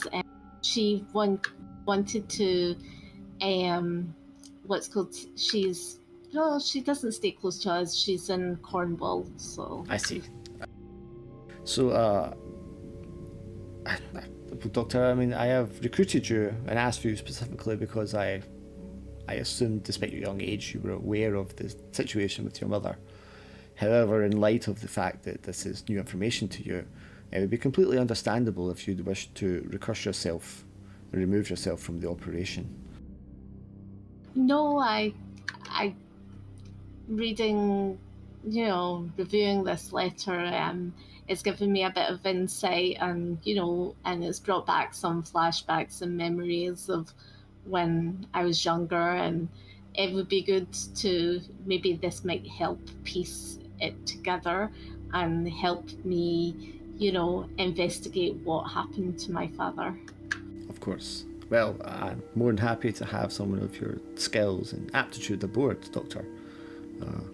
We're all privileged to have you as part of the unit, and hopefully you'll find some modicum of peace through our investigation. Thank you. That's very kind. I hope so, sir. Thank you very much, Doctor. If there's anything else at all, when he stands up, if there's anything else at all I or Lieutenant can do for you, please do not hesitate to ask. Thank you. That's very kind. So I'll see you tomorrow morning, 8 o'clock sharp. At ease, sir. Raises an eyebrow. That would be for him to say, not you. Okay. Yes, very good then. You're excused, Private. And you see the lieutenant standing awkwardly at the or perhaps not awkwardly, but impatiently outside the office with some papers in his hands. And he does a little bow to you as you come out. It's like, Doctor. Sir. Captain, I have those papers you were asking for. And he's like, yes, Lieutenant, please come in. And he goes in and closes the door behind him. So, Adam, after the captain and the lieutenant have left you guys in the briefing room, where are you going? Actually, I'm going to go to the bathroom quick, guys. I'll be back in that. Well, No worries.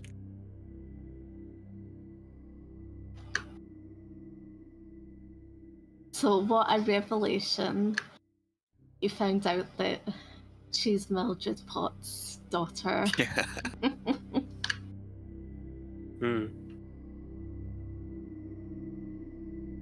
I think it's like a double whammy too, because being conscripted into the military, Kane kind of felt sort of normal with all the routine and shit like that. And now that he's discovered he's being handpicked to deal with the spooky shit again, and has to do it next to Mildred's daughter. Yeah. Yeah. It's a double whammy of just like, I really don't want to be here right now. Are you feeling like she might have the same sort of emotional entanglements, as in she might be like this emotional person? I think her mom, her irrational, being irrational at times. Well, I think it's just like, being a product of the times. I think Ken naturally assumes that all women are kind of just irrational, emotional beings. Oh. But I think for Gloria in particular, I think it's just the fact that he's kind of distanced himself from Mildred for her irrationality. Yeah. But I think it's just also the fact that he now has overheard that Gloria is Mildred's daughter and also doesn't know the circumstances, the facts of her father's death, and Kian was there when it happened. I think it's that sort of a bit of guilt there. Yeah, well, not so much guilt, but just like, I really don't want to be the one to break it to you. I'd rather just not talk about it at all, because I'd also would rather forget about it. Does it bring back all those memories though? Instantly, he was probably right back in the vaults. The moment he heard your father, he's right there in the vaults. Like in his head, he saw Alexander get pulled into the darkness. Sorry, I was going to do Adam, but if I could quickly do Kian, you left the room obviously as soon as you're able to. Can you make me an insight roll? Be back in 2 seconds. Yeah. Oh, okay, cool, great. So you leave immediately because obviously the thoughts, the memories are kind of rising up in you, and as soon as you step out into the cold air, rather than kind of like refreshing you, it's as if, sometimes when you walk through a doorway and you forget why you're going into the other room. You've like stepped out that doorway, out of the room, and you're like, what am I doing?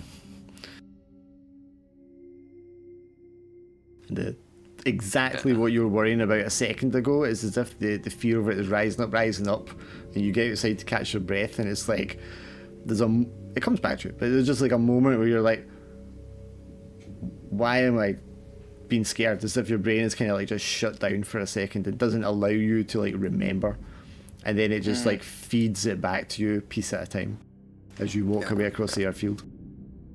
Yeah, I think like on the verge of like hyperventilating, walk out the door, and then just kind of like blink and shudder and just kind of shiver and be like, all right, well, that was weird. I think Kian would go probably either to the barracks to get himself out of the rain and probably something warm to drink or eat, or at the very least find a place to smoke and just kind of chill out and relax. And then as the memories start to like return and feed back into him, it's like fucking just rather than an abrupt revelation or anything like that, it's this sort of slow descent into just like instead of just being an awful realization. Instead of being overcome with it, you have to go through the whole process of building up to it slowly over the course of the day again, which is in many ways worse. So I think for a while Kian's all right, and then just slowly descends into the darkness. But yes, Adam, you refresh yourself with the water. The doctor has a little sort of chat with you, and then she leaves with the captain to discuss whatever private matter they were going to discuss. How are you feeling at this moment? Well, when we saw that video, when you said that at one place, I did say he kind of shook a little. Should I roll for that, or? Yeah, I mean, if it is bringing up unpleasant memories, I mean, this happened not so long ago to you, and you've been left kind of, I don't know what your emotional state has been like since then. How that ties into everything else you're kind of going through at the moment. Well, it's all some kind of beast, so I'm like lightly paranoid about everything. So, I mean, is this something that you've tried to write off as maybe you imagined something, or like how is it sitting with you? Well, question, because it's more of like, I know what I saw, and I hope it. But let's see, look, I'm scared, but I'm determined to actually try to get a picture of it again. But just remembering that smell, how it looked, or whatever how it looked, it still like puts me on ease. So. Yeah, I mean, you can make an insight roll as well then, because obviously this is bringing up to you. Yes, and you're always, like I said, trying to struggle to really just get a clear frame in your mind. For someone that's so good at like capturing what things look like in a still, I mean, you're trying to capture that moment in your mind, your memory of like what it was you saw, and it's just so difficult. Your mind is like always just sort of like fighting back against you, trying to not allow you to really encapsulate and see what it was that you saw. But what kind of what do you lean towards then when you're like under high stress? I mean, do you start seeing things, hearing things? Do you go catatonic? Do you get like crazy obsessive? Like what sort of behavior do you tend towards? I think I always chill. Food. Alright, so you start to just like eat. Yeah, I need to find the food. Where the food at? Okay, yeah, so as this is like happening and these thoughts are kind of returning to you, and you're asking for refreshments, and they're like, there's nothing here, and you're like, maybe like panicked, frantic, opening drawers, lifting things up, like lifting the tea kettle up, just stupidly, but you're just like, I need to like have something right now, and you so what do you do? Also, your mic's giving me a lot of kind of like you're blowing on it or something. What's up? Your mic, it sounds like you're blowing on it or rubbing against it or something. Sorry about that.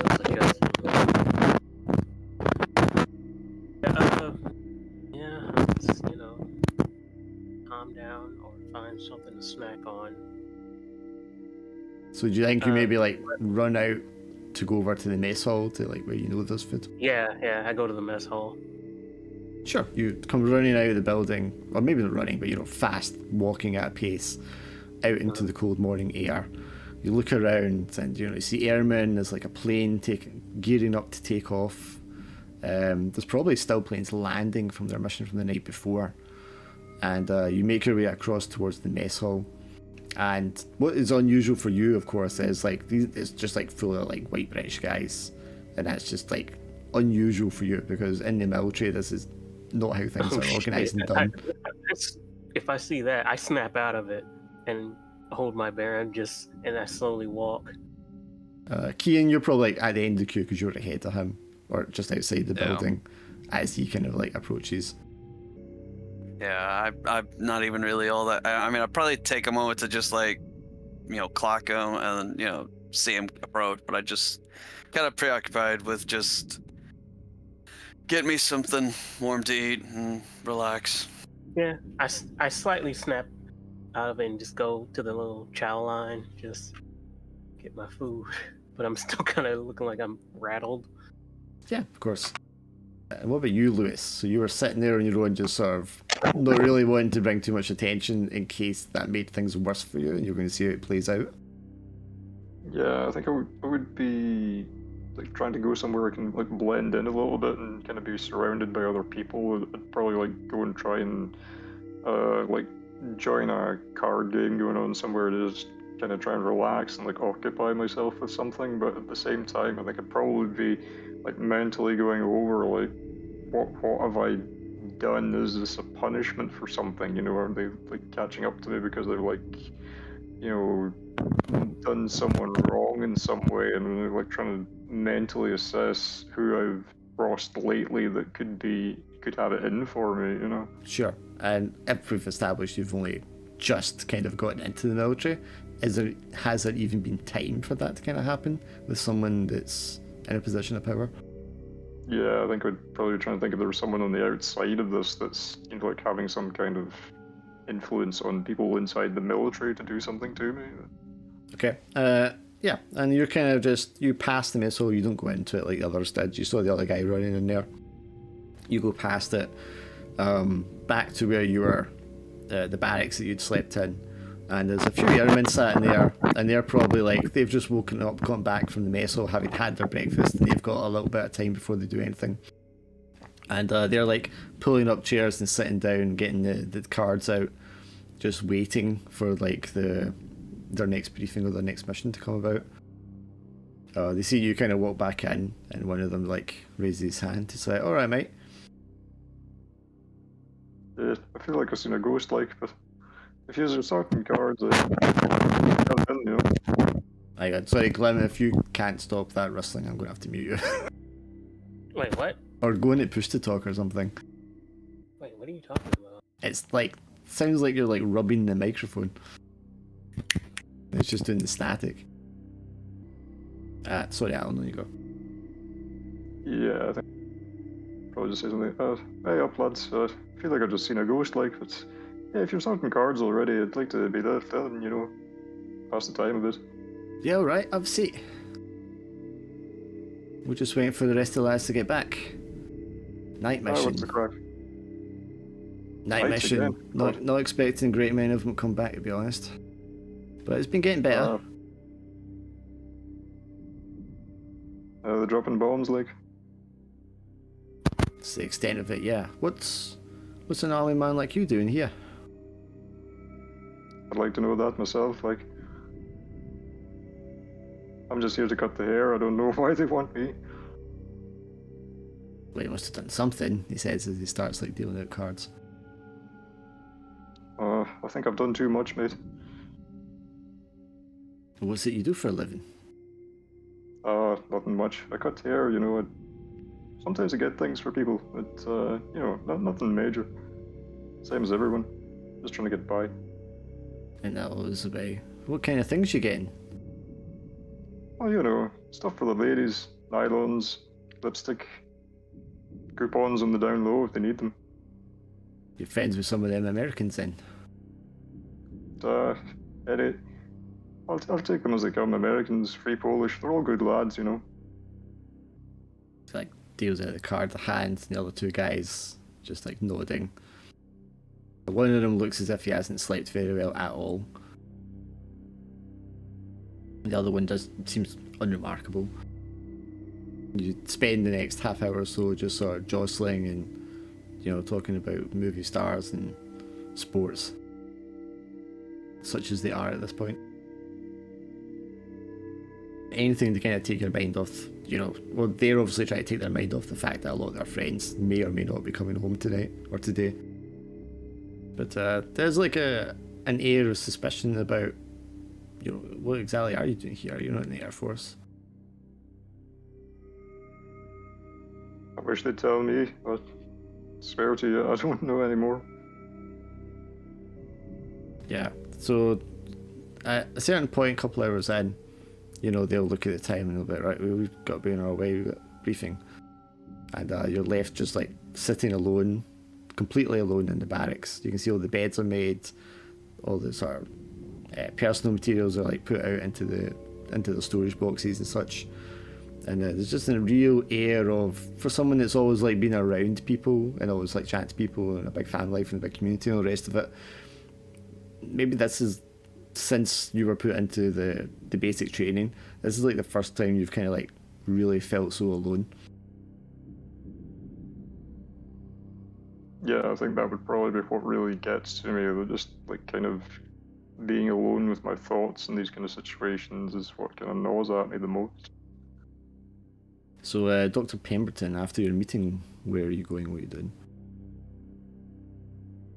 You have like the rest of the day to kill, basically.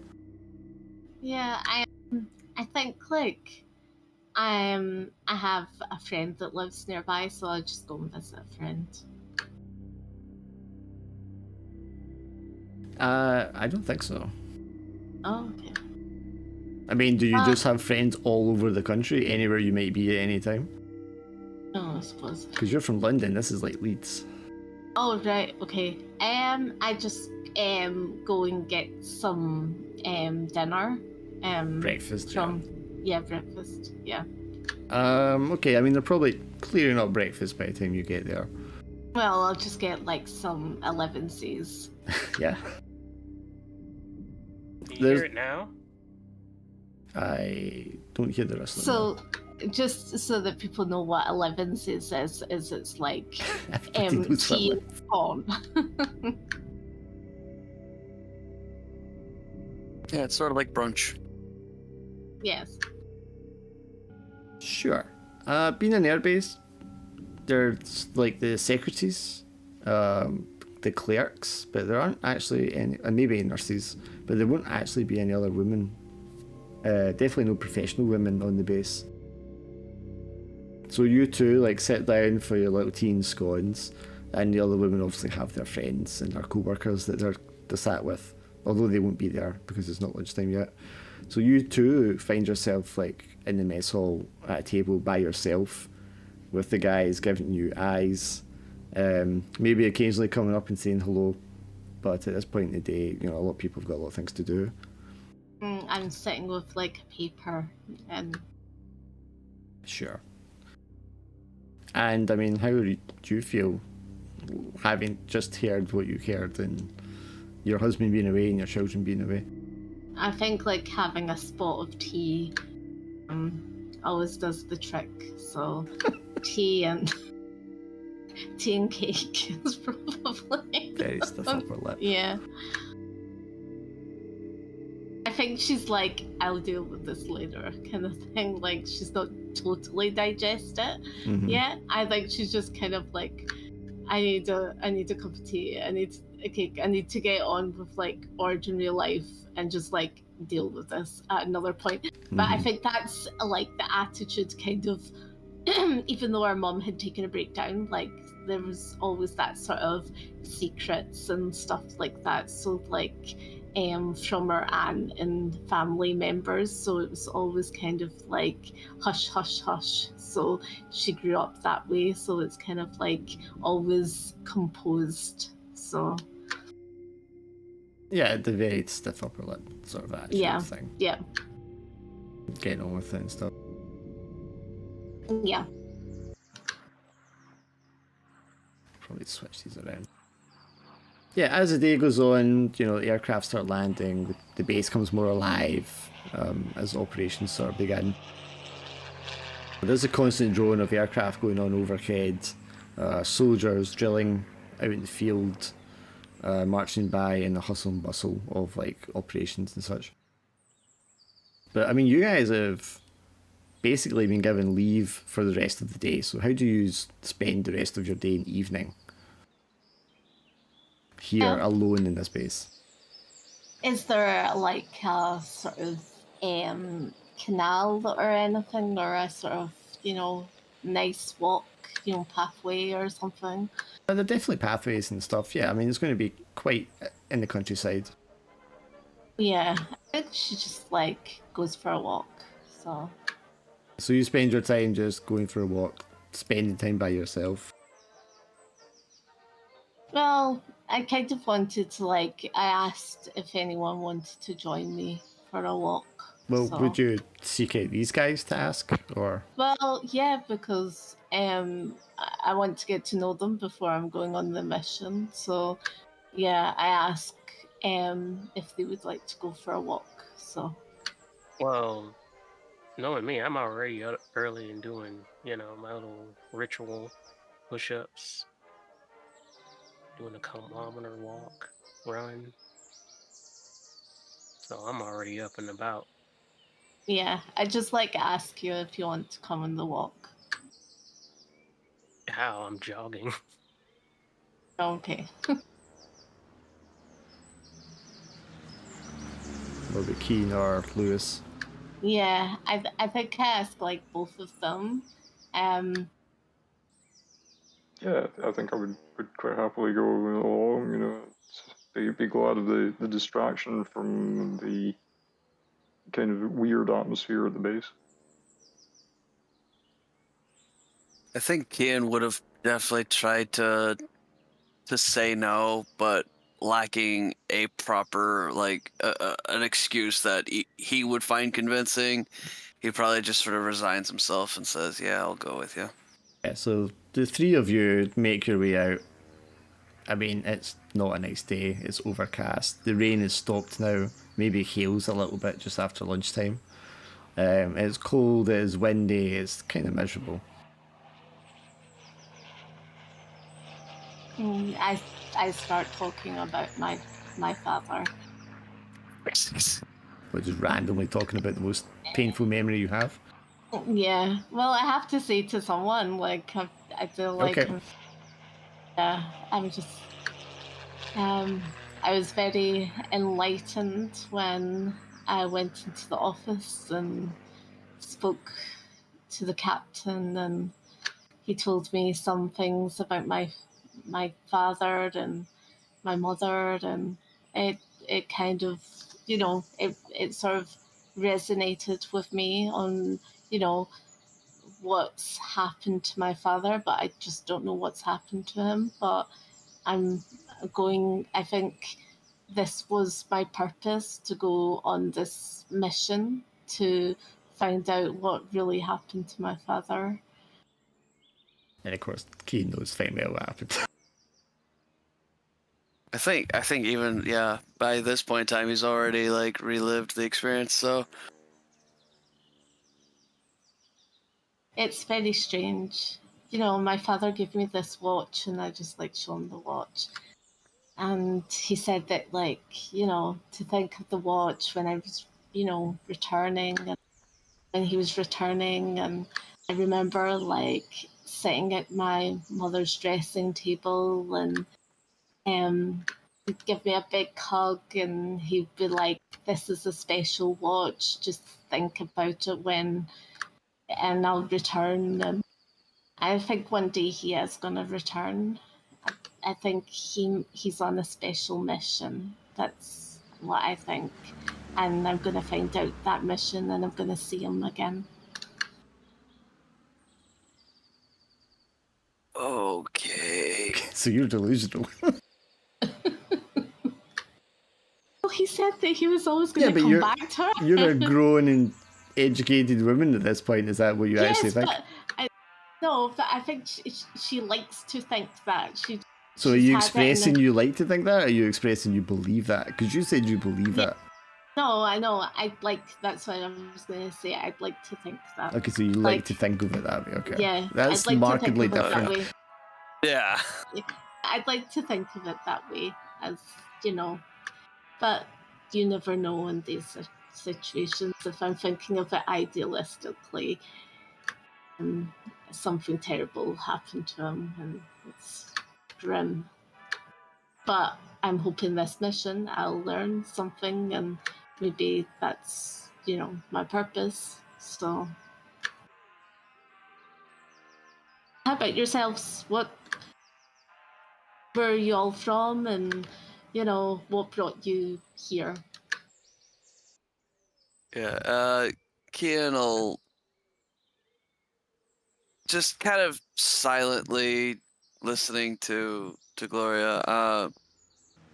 He'll kind of speak up and goes, I'm Ireland originally, but moved to Scotland and just sort of worked on helped a friend out with his church in Edinburgh. Oh, in Edinburgh. That's where we were from. We were from Edinburgh. Yeah, so it's a bit of a city. As for why I'm here, just the draft, same as everyone else, I'm sure. Oh, you must have been doing some good work in the church then. Yeah. The church there, they get you working, don't they? Yeah, walls need to be repaired. You must have met some interesting people. Not particularly. So as well, Keen, I mean, obviously, when the captain made a reference, you picked up on it right away because you knew what he was talking about. But that seems to have kind of gone over Gloria's head and she's not picked up on it at the time. Yeah, so I think yeah, if anything, Kid's trying to preserve that as much as possible because he's desperately trying to avoid that conversation. My mother and father, they worked for the Edinburgh University. Oh, did they know? Yeah, my mother, she was a archaeologist, and my father was a anthropologist. She always had some fascinating stories, and she's still alive, and she's much better than she was. But yeah, she had some crazy stories that I was just like, whoa. I think sometimes I think she liked a good scare.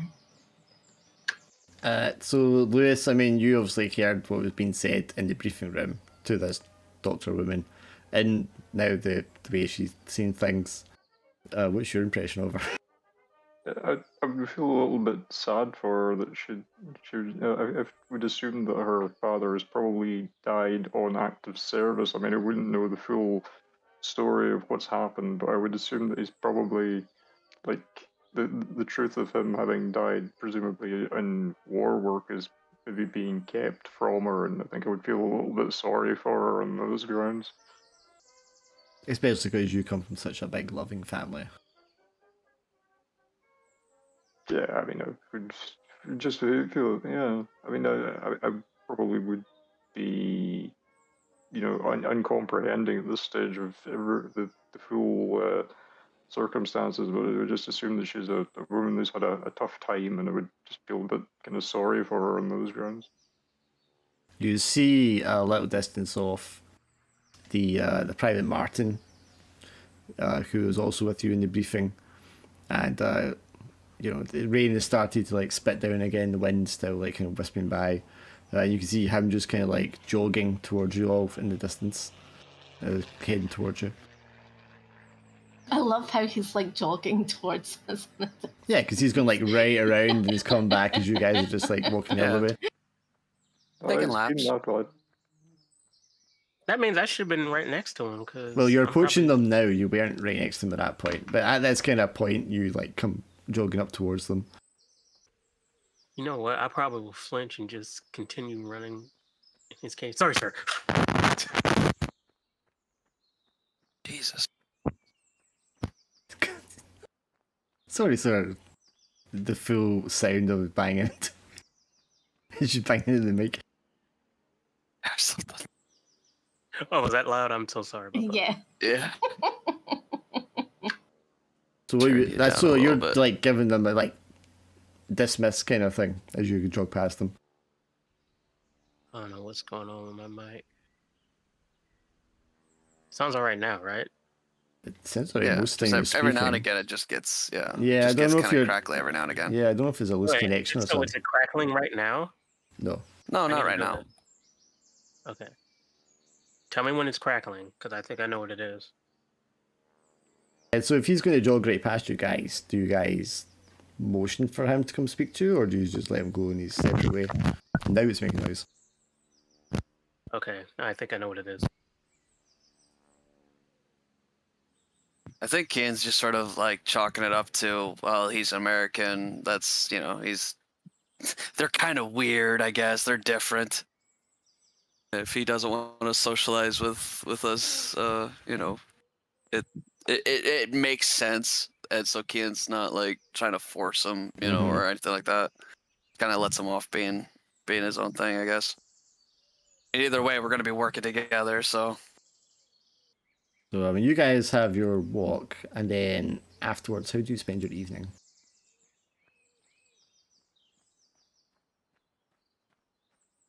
I think Kian probably would find Captain Farrington? Farrington, yeah. Farrington, yeah.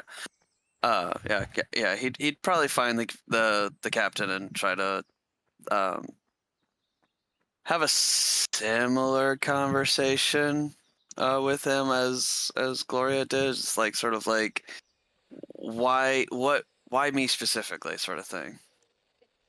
It's like I'm not a soldier, I'm a truck driver, and like why am I here on a supposedly vital mission?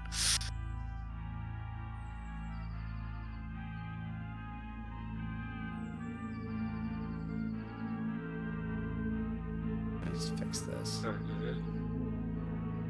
So I And think just I to figured say, it. Gloria, she's just at the nursing unit, just like patching people up as well that have got people that have got Right. paper So, I mean, you're cuts not and stuff like that. assigned here, so you're not like on staff here, but you Yeah. could go along there and see if they need a hand. Consult, yeah. Yeah, like and consulting. just like they just give you some small tasks to do and like fill you in on what's happening stuff. There's mostly like Earthmen that come back. Some of them, in the past, there was a lot more sort of damage and wounds and from fighters and stuff like that. But at this point in the war, the Allies were really getting command of the air, and so the casualties were much lower.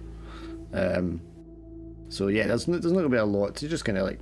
Just like helping out. administering medicine and stuff. Yeah, and like that, chatting, talking Yeah. shop. Probably more so with the head nurses than the actual doctors, I would think. Who Yeah. like maybe a couple of them are nicer and they'll like talk to you on more equal terms. But yeah. So Cian, you after dinner you seek out the captain, and he is alone. The other offices are silenced. They've like gone away. Secretaries are all gone off.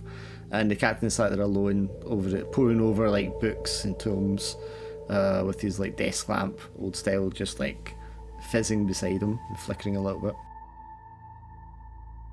And he sees you approach. He's like, Private, come in. How can I help you? I suppose I'm just nervous about my involvement, as well as why me specifically. I know Gloria had a similar conversation with you, but is my involvement truly that vital? Are you having second thoughts, Private?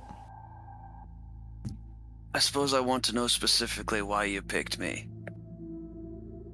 I think that's a reasonable request. And he like pulls open a drawer, rummages around, picks out a little folder, puts it down, opens it up. So, I'm sure you're quite aware that Dr. Pemberton's mother was Mildred Potts now, as we mentioned. So mistakenly thought that she'd known. But of course you knew Mildred Potts. You and a number of others had a whole experience with her some 20 odd years ago, if I'm not mistaken. Kinda takes a shaky breath, aye. So the details I have aren't, I mean, most of it is relayed from Mrs. Potts herself. We also have a statement here from Mr. Findlay Young, who accompanied you. I'm not sure how your relationship with Mr. Young has been since then. We don't keep in constant communication, but on occasion, we reach out. Well, I think it would be hard to keep in constant communication these days, considering he's deceased. I suppose you were not aware that a letter he left as part of his belongings, bequeathed to a friend of his, which was then in turn passed along to a member of the authorities and found its way to myself. And he turns his letter around and puts it in front of you. And as you start to read it, it's basically Finlay's account of what happened and how he hadn't spoken about it till now because he didn't feel he could. But he didn't want to die without people knowing what had happened. And the account of it that really sets your hairs on edge is when he starts to relay the part about what happened with you in Glasgow in the crypt. Yeah. I think I sort of I mean I read the letter, but I think I sort of read it really fast until I get to that paragraph, and then it's like every single word just sort of takes like an extra half second or so as the memory sort of plays out, like one frame at a time in my mind. I'm gonna make you roll insight again. Sorry. Yeah, no, I mean, totally right. I didn't think episode 1 was going to be... Yep. I'm gonna be insane by the time this episode ends. Yes, as you're reading the words of Finlay, you can see the blood in your hands. You can taste the tough muscle of the heart, even though it was only for moments between your teeth. And your memory just kind of shuts itself down for you to avoid you having to deal with it right this second. But it's saving it for later. Yeah. I think for just like a brief moment, I sort of kind of lick the inside of my teeth and I just remember the iron, copper, and just that awful feeling. And that's whenever my brain just nope, we're not thinking about that right now. Yeah, the captain's just kind of watching you as you read through this. So keep Mr. O'Doyle. I mean, it's no secret between us why you were selected for this mission and what you experienced. To answer your question more directly, I brought you on board because more so than perhaps anyone else in the unit, you have direct experience with these sort of phenomena. And I am intimately interested in the advice you could provide for us should we come across these things, as to their nature, their capabilities, how we might handle them. Any good expedition needs an expert. I'm afraid, Mr. O'Doyle, in our case, you are the expert. An expert. That's one way of putting it. So, unlike the unfortunately deceased Mr. Young or the unfortunately temporarily interned Mrs. Potts, you seem to have survived the experiences relatively unscathed. The moment he says unscathed, I think that's whenever I look the captain in the eye and I just sort of stare through him In a manner of speaking, of course, you understand. I mean, it's fortunate you have found your way here to us. Are you aware that I didn't want to be here when my name Yes. came up? I'm quite aware many of us do not want to be here, Mr. O'Doyle, such as it is, but we are at war with the very essence of what can be defined as evil within men. I don't think any of us should be able to shy away from that responsibility.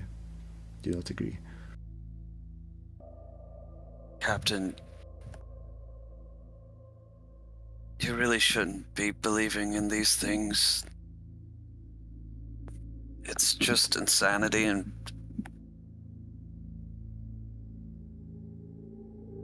Well, of course, in your previous experience, we're talking mostly civilians. You know, these people weren't adequately trained or prepared for such an event. But I think you'll find, Mr. O'Doyle, that this time around, the advantage is in our hands. We are prepared. And, God willing, there will not be anything we confront that we are not duly prepared for. In fact, as I'm sure you are aware, just as likely as anything else, we may come across nothing at all. That, Captain, is the only good scenario. Quite. He looks in yours like maybe shaking, trembling just a little bit. Would you like a drink, Mr. O'Doyle? Something to calm the nerves, perhaps?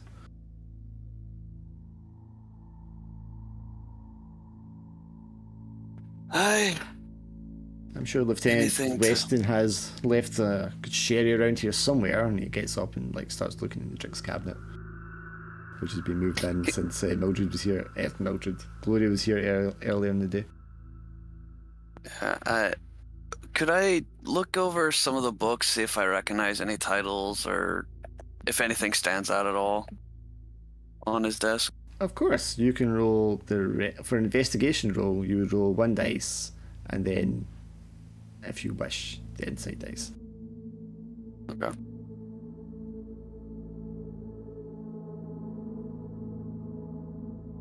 Wait, okay, so do I click the investigate button? Yeah, you click investigate, and it'll give you a choice of what dice. You're going to take the standard dice, which is the first one that mentions. Okay. Your occupation one won't apply, but if you want, you Okay. can include the insight one. Ah, sure, fuck it, why not? Yeah, you're nearly insane. Oh my god.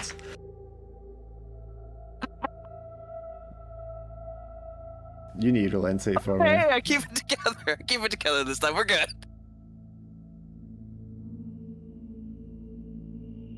I mean, it'd be hard to keep it, not to keep it together this Irene. To be fair, I do it to myself. Sorry, I do have a note of exactly what he was looking at here. Okay. Which one of these fucking files is it? Sorry, I have so many historical notes here. No worries, no worries. Doesn't help my eyesight, it's not great. It appears to be like a history journal that he's reading. The name on it looks French to you. I do have it here, I just can't find it. But the name is French and the title of it is French, and from the parts of the section of the writing in the book you can see is also written in French. I think with the 6 you can maybe you've picked up a few French words here and there. Just barely, yeah. But you recognise the name of the area it's talking about as, for us, would be modern day Syria. It had a slightly different name at this point in time, but because it was a French protectorate. But it's mentioning something about some sort of archaeological history location in Syria. Okay. Armand Schaefer, that's the guy's name. I'll post it in the thing here. Okay. I was Yeah. battling him with my mic, so Okay, Claude Armand Schaefer, that's his full name. Yeah, it says French excavation, and it's in the Syrian region. That's what he's reading. He gets to drinks cabinet, goes, aha, produces a bottle of sherry. pours out, these are just like small glasses for the sherry, one for you, one for himself. And he like scoops them both up one hand and holds them both out towards you. Holds them both out to me? Yeah. So you can take one. Oh, okay, fair enough. Yeah, I'll take one, but I won't drink it until I see him drink it. Sure, you take one and he takes the other and sits down and he holds the glass up. What should we drink to? Success of the mission? Sure. And he goes, cheers. And he like taps the glass, or just raises it perhaps, and then Yeah. drinks, closes his eyes and drinks it. Yeah, once I see him actually drink it, then Keen will finally just resign himself and start drinking as and well. I don't know if you guy likes sherry or not, man, but it's a very, it's the kind of drink when it really like strains the nerves out for a moment at least. Yeah. I don't think Keen really much cares. It's just whatever it takes.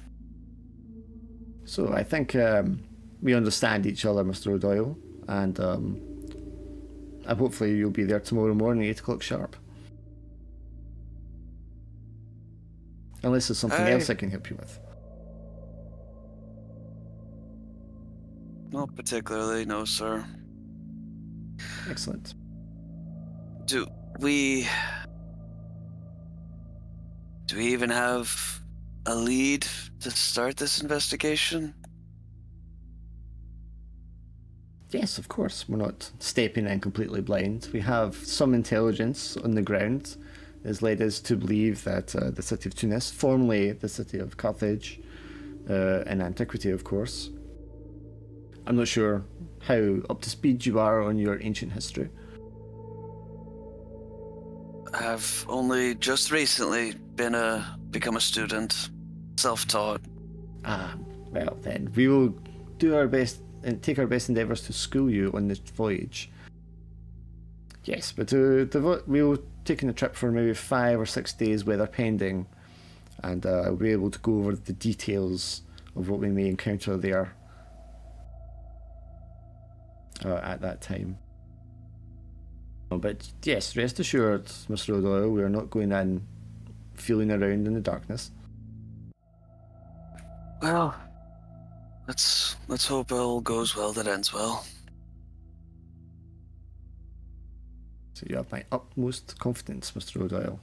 I'm sure well, I cannot guarantee anything. You have my sincerest promise that I will do everything in my power to ensure the safety of yourself and the rest of our unit.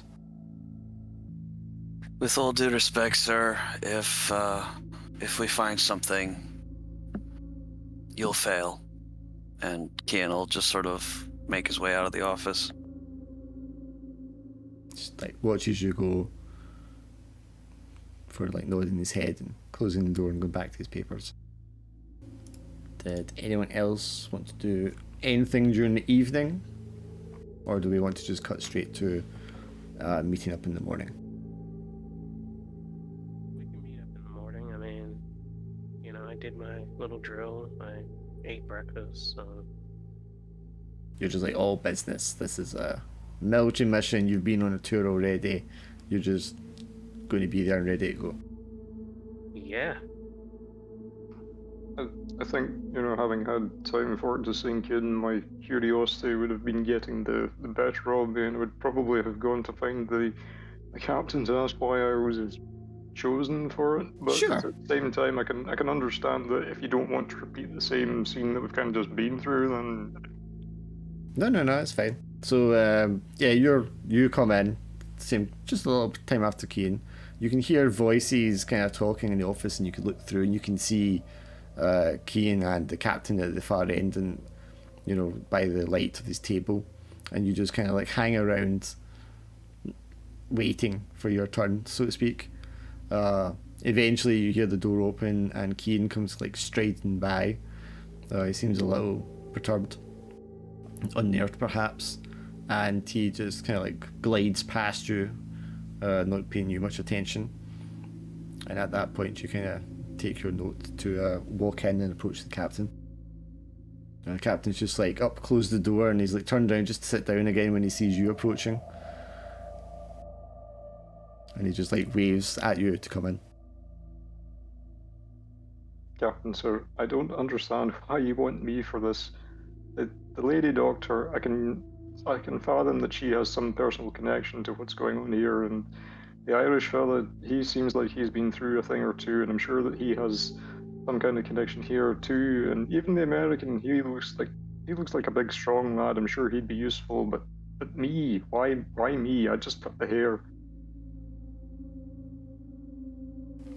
Well, Private, let's have a look, shall we? Please have a seat. And he pulls out a little folder, much thinner than the folder he had for Keane. And he opens it and there just seems to be like a single sheet of paper inside. So, Lewis Barker, yes? That's me. And where's it you're from, Private? Durham, sir. Durham, yes. I see you're a small town just outside. Mining community, yes? Yes. Mining stock. And your father is a miner, and I see his father before him. Yes, I'm from a long line of pitmen. Is there any particular reason, Private, why you did not also take up the same occupation? I've seen too much of it, sir. The effects that spending your life down the pit has on people, it's nothing but disasters and disease all the time. I was determined to do anything to get out of there. Of course. Anything I could find that would be better than that. And your father, he must be getting on in his years by now, no? He is, sir. I don't know how much longer he's got left to him. I don't suppose your father's ever mentioned to you, Private, about his experiences in the mine. Or rather, a specific experience he may have encountered in the mine during his younger years. He rambled some things when he was drunk now and again, for sure, but yeah, don't all men, don't all fathers do that? I just thought nothing of it.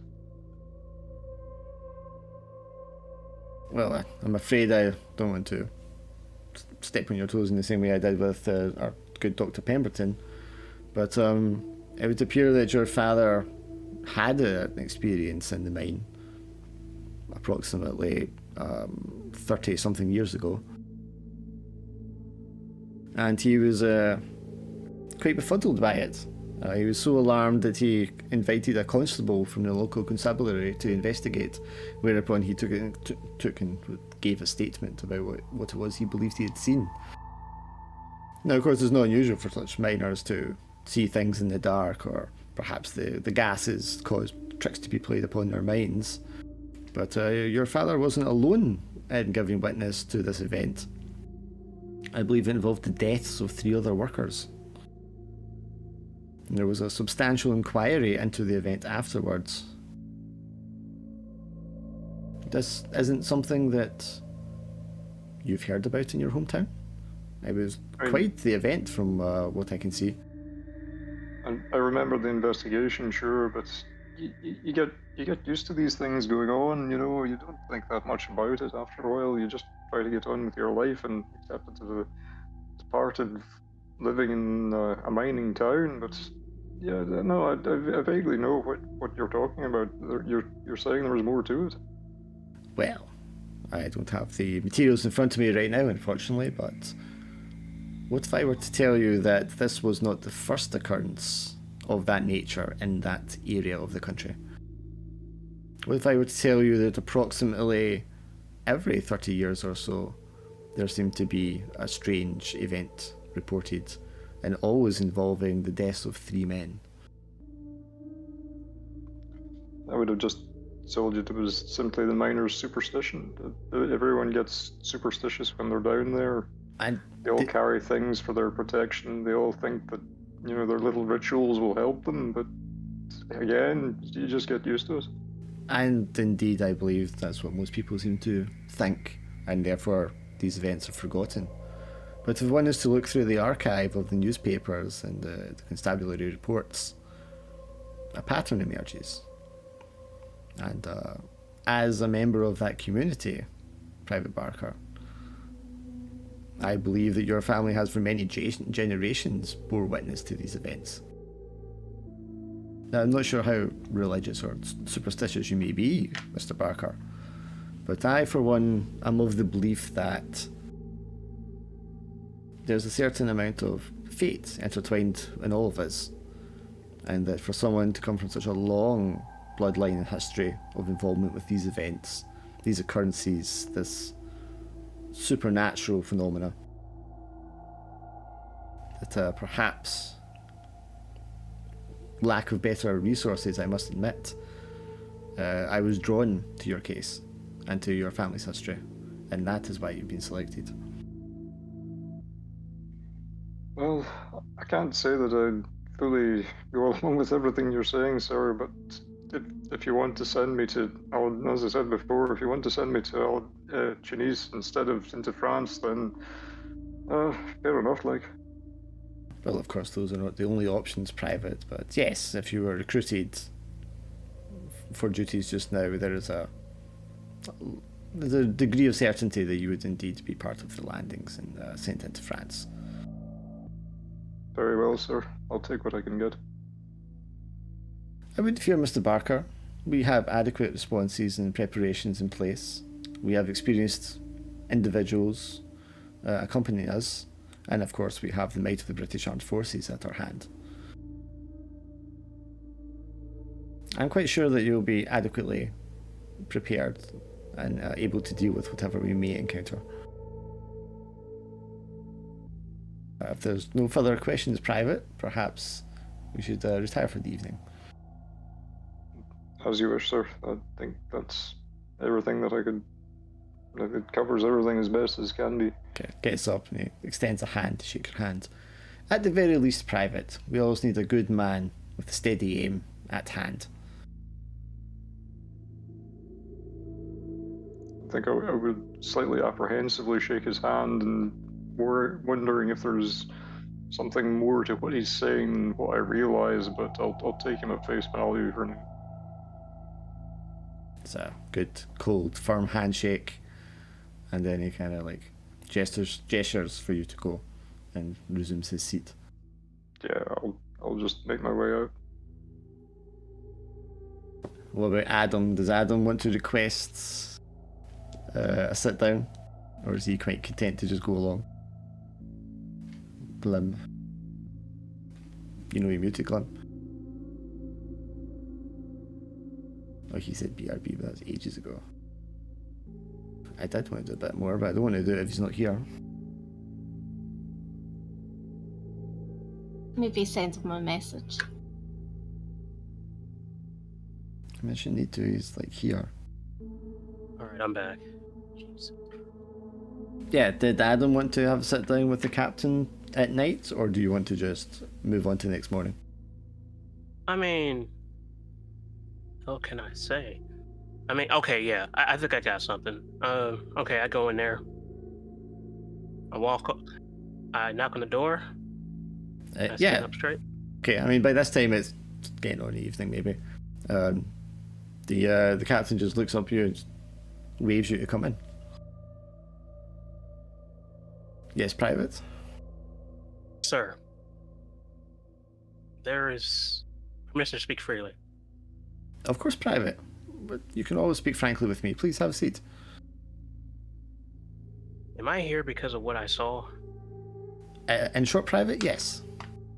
I asked our American allies for anyone they might recommend for this mission, and they sent me the report of what you thought you may have encountered in Italy. And yes, given that and your recent combat experience, I believe you'd be a valuable member of the unit. Sir, have you seen anything or heard anything like that before? If so, sir. Personally, no, I have not, Private. As unfortunate as that may be. Which is why, of course, I'm surrounding myself with people who do have this experience. Thank you, sir. I won't let you down. Next time, maybe I can try to catch a good glimpse of it.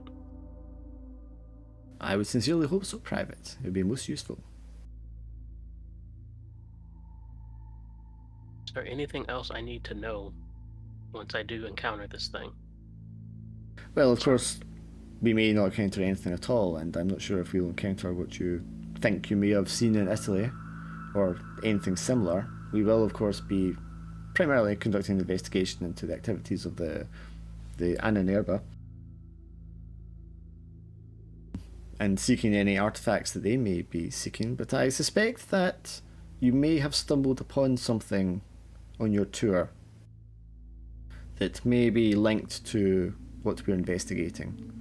Perhaps something that was overlooked or left behind. But we will not know for certain until we make our investigation. Add a character that the journal thing won't let me put an entry in it.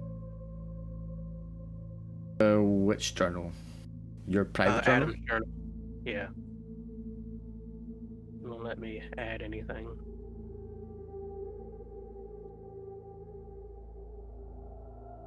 Up at the top by like the title of it, there should be this little thing that kind of pops up. Well, you need to add page first of all at the bottom left. Oh, well, yeah, that too. Add the page, and then you can edit Is it. it the There's a bottom button there. left? Yeah, it says add page. I don't see that. You don't see this big thing? Let me just check you've got permission. Yeah, your owner, you should be able to see it. I mean, I'll add a page for it if you want. Page. There you go, you got a page. You said the bottom left, you said? Yeah, it's the bottom left. Oh, I can't see that, yeah. My screen. I don't know what the hell. Let me see. Yeah, it was my screen.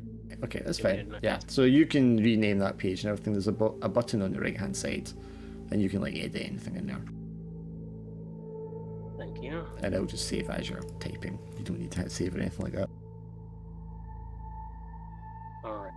So, back in character.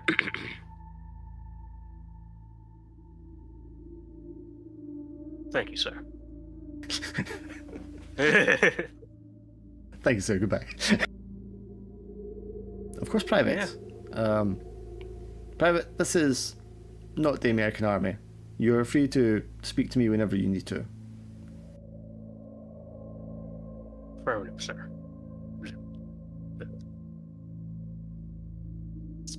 Does a little. What is it called? Steps back and turns. I guess it's about fit. Yeah, it's about fit. About face. Yeah, I know what you mean. Yeah. About face, and he leaves. Then when he leaves, he kind of relaxes a little bit. Sure. Then, he starts to walk casually. That's his moment that, I don't have to be all tight ass. Yeah, you just hear the click of the office door behind you as he closes it, and he sits down at his table to continue reading whatever he was reading. Alright. Can I just do this? Okay, so next morning. Not sure what time you all get up at. I think most soldiers get up at like 5, 6 o'clock. As no early one, as possible. yeah, there's gonna be a lot of noise as the other soldiers are getting up and getting shouted at and all the rest of it. But obviously, you're not part of anyone's unit, so there's no one there to make you get up. However, just before 8 o'clock, maybe a quarter to 8, there will be a truck running, its engine running, sat in front of the building 11B. And you can see the captain and the lieutenant standing there, lieutenant holding the umbrella over the captain. There's not as much wind today, but the rain is just like coming down in sheets and droves. And it is bitterly, bitterly cold.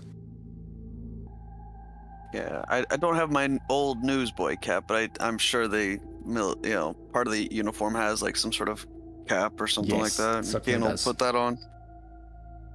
Oh, I mean, you'd be expected to be in full uniform. Yeah, anytime you for sure, service, for sure. Yeah. So Mr. O'Doyle is there on time. Everyone else? Oh, I'm there on time too. I don't know what you're talking about. 8 o'clock Yep. sharp, you're there. I'm there at Yep. 8 o'clock sharp as well. She's got a family, so she's always up early. Okay, so I mean, you all arrive there early. Lieutenant and the captain greet you. So good morning. Morning, sir. just hop on board the truck and we'll get going as soon as possible. Yes, sir. Yes, sir. Okay, there is another private there who you don't know, or probably an ensign because he'd be the airman. And he's standing there and he like takes your bags, because you probably have like a rucksack of all your clothing, stuff like that, and he'll throw it in the back of the truck for you. And then you are inside, and it's just one of those trucks with like the canvas roof, you know, and there's like benches on either side for you to sit on. Very basic. But it is just the four of you. The lieutenant then gets into the front carriage with the captain, and the lieutenant is in fact the driver of the truck. Once you're all loaded up, you set off. Now it's a good few hours drive from Leeds to Liverpool. I'm not sure exactly how long, but at some point during the day, after this long journey, you're going to pull into the city of Liverpool. And it's going to be noisy, hustle and bustle. It's a big port city, there's lots of ships in the harbour, and that's kind of where you drive through the city towards. And you just get to the dock and you can see there's like this big steamship sitting in the dock, and there's troops just like lined up getting into other ships. There's cranes lifting cargo and crates, there's people going to and fro, there's horses dragging stuff. There's wagons and trucks loading up and offloading things from different ships. And you just pull up next to this steamship, and clearly it's a cargo ship of some kind. There's not like troops getting on board, although there are like crewmen going to and fro. The engine stops and the lieutenant comes around and he just like bangs on the back of the truck for the signal for you to get out. The rain is lessened somewhat by this point, but it's still like drizzling down. Okay, privates, get your belongings. This is our ship, the SS Saltersgate, and she will be taking us to Tunis. I think Kian is especially nervous about getting onto the boat. Just sort of like this half-second hesitation as he stares at the water. And the water is dark. It looks cold, very dark, looks very thick. Froth around the edges where it's slapping against the harbour. The strong smell of salt in the air. And then there's like a clink sound of something heavy metallic drops out of one of the pallets close by and hits the ground. And a couple of seamen kind of scurry around trying to scoop it up. Yeah, just take a deep breath, and I mean, I don't really have much choice, so I get on board the ship. Dr. Pemberton, get your bag out, and it's quite heavy. You're not used to like having to carry this yourself all the time. And as you like look around, you just see like a single large seagull sat on one of the big iron mooring posts that are on the side of the harbour. It's just like sat there motionless, staring at you. It's unnerving. I just like shuffle past it. Unusually, as you'd expect lots of seagulls squawking and flying around, but it's actually unusually quiet, perhaps because of the weather. You can see on the horizon it looks like dark clouds, even though it's quite light here. Lieutenant steps out and hands you your bag, and Sir? well, you're with us, private, so come along. Oh, yes, yeah. He goes. Joins up. Yep, the 6 of you make your way along the gangplank of the SS Saltersgate. And as I said, it's like filling up with cargo. There's not much in the way of personnel moving around. The captain gets up ahead of you and he speaks to a man on board, and the man kind of points in one direction, and the captain motions for you to follow. So apparently there aren't much in the way of porters on this ship, so I'm afraid you gentlemen will be bunking together. Dr. Pemberton, of course, we've secured you a cabin for yourself, as is proper.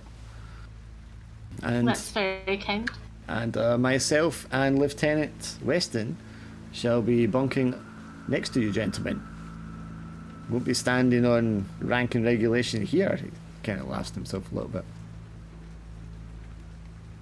I think Kian like immediately looks to the lieutenant to see his reaction. Lieutenant looks, I mean, he's going to stiff upper lip and not trying to give much away, but he definitely doesn't look too pleased about that. I mean, you'll all be used to, you know, officers having separate quarters from the men. He, despite the situation, takes a very small amount of personal satisfaction at that. Also, I mean, I think especially Adam is going to notice this is not a military vessel. This is like a merchant ship. Which isn't unusual for shipping cargo across the Atlantic and stuff like that, but yeah, it is not a military ship itself.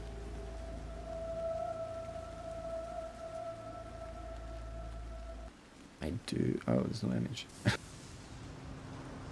Why is there no image?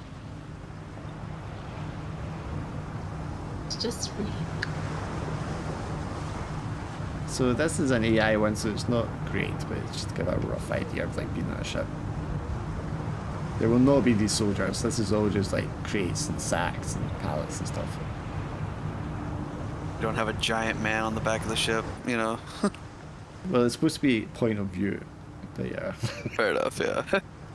It just looks like that. No, I know. It's couldn't get a good one though. I do have a picture of the type of ship here now. This is the actual SS Salter's Gate that was in service. Nice.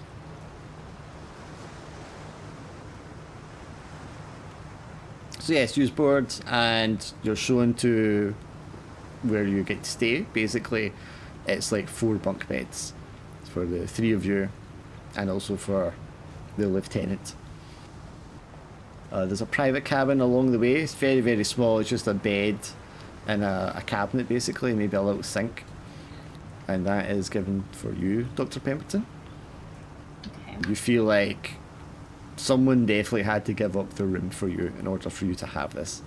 But you're like the only woman on board the ship. The lieutenant. And the captain also has a bunk, although it is kind of on a little side passage on its own, just up ahead of where the rest of you have your bunks. So you'd have to walk past yours and then turn right, and then his is there, kind of on its own. Your bags are just like stowed under the bunks, or maybe in the cabinet above. There's nowhere else like really for them. And the seamen going to and fro are a mixture of French and English. Probably a small handful of Frenchmen, and the rest of them are like English. But they kind of look like grizzled seamen, as you'd expect.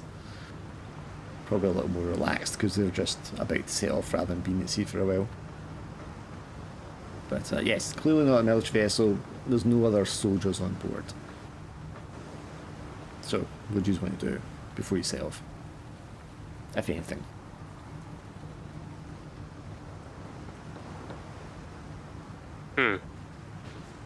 Is there like a window in this cabin, or is it like completely enclosed? No, because you're not. It's not really a cabin as Yeah. such. It's just like the below deck part. Right.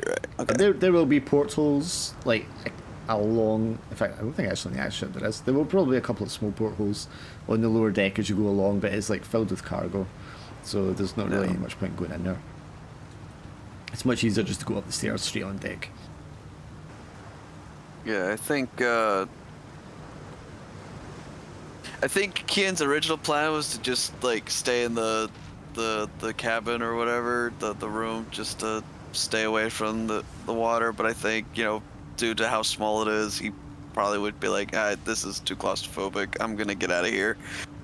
And then he'll probably resign himself to sort of find a space on deck where he's out of the way and just sort of stare out at the ocean and just not feel good about it. Sure. For Adam and Lewis, you are like putting your bags in your bunks, and the lieutenant is there as well, securing his belongings, and he's just like muttering to himself, clearly not pleased. He's like, 5 bloody days. Oh, Jesus. And after he's secured his stuff, he returns to on deck to stroll around and impatiently wait for the cargo to finish loading. But can Adam and Lewis swim? Yep. Can you swim, Two Lewis? seconds. 2 That's seconds. probably the first thing they teach us, man. What the hell? Well, I mean, if you're not part of the Navy, they might not, perhaps. Oh. But yeah, sorry, Lewis, can you swim? Feel like maybe a little, but not like a strong swimmer. Like. Sure. So would being on a boat be kind of intimidating to you? Yeah, I would feel a bit uneasy about the whole situation. Sure. Okay. And of course, you'll all have heard stories about ships being, torpedoed and all the rest of it. Yeah. For your part, Adam, I mean, you've been on a ship coming across from the States now. You've been on ships going to Italy and coming all the way back to the Britain stuff. So Exactly. So you're it's probably a like, lot whatever. more confident about it. Although obviously this isn't a military ship. And as the ship, I'll wait for Laura to get back, but as the ship loads up, it finishes being loaded up with cargo, and unmoors and begins to pull out of the harbour, you do begin to find yourselves wondering, are we just sailing all the way down there alone? Yeah, Kian's just staring out at the ocean, at the ocean, at the horizon, at the land, and just kind of shaking his head and just grimacing the whole time. Just, I really don't want to be here. Yeah. And I mean, once again, Not happy about this. yeah, I mean, for a time, once you're on the water, it feels, despite the people around you and stuff it feels alone. You feel very vulnerable because you're just this one ship on its own at sea. Now, there are other ships coming to and fro in the shipping lanes, and as you head south, you're piece by piece joined by other parts of the, I don't know what to call it, but the fleet. And if you were to ask the captain, or the captain, yes, not the captain of the ship, but your captain, he'll tell you that of course you're not sailing down yourself. This is going to be part of a group. There'll be several merchant ships accompanied by warships, destroyers, whatever, as well as some air support in order to spot any U-boats that you might encounter. But it shouldn't be too much problem. Once we're past the English Channel and out into the North Atlantic,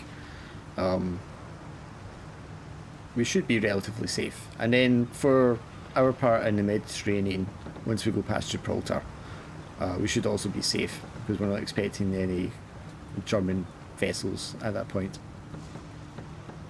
Which kind of allays your fears. So it's on that first night as the ship is kind of rocking back and forth. Does anyone get seasick? No. No.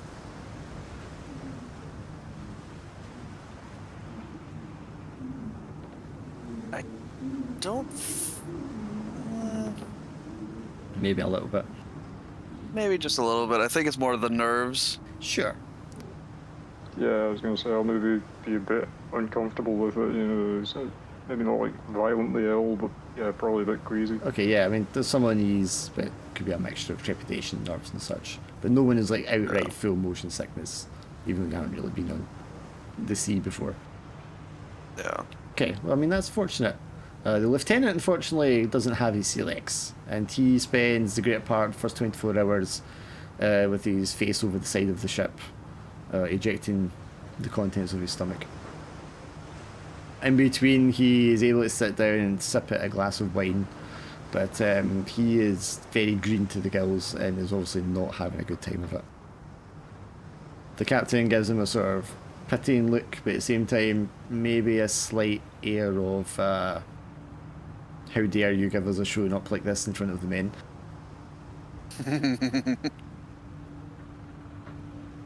You sit down for your first meal together, and it is just the six of you. Sat around a very small table on the lower deck. The ship's crew seem to just eat their meals separately throughout the day, but usually sat down at the proper time. So the captain says, "So, how are we feeling about our little voyage so far?"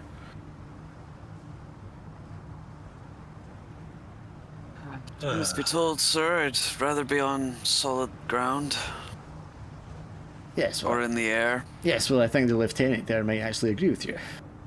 But unfortunately, we were not able to secure safe passage by air, and thus, given the discretion I requested for our operation, I felt that travelling on a civilian vessel like this would be the best route. Now, I've spoken to, I believe, all of you individually prior to leaving port. And obviously I have given you the gist of it in terms of our mission. However, an inquiry was made as to what actual information we are acting on to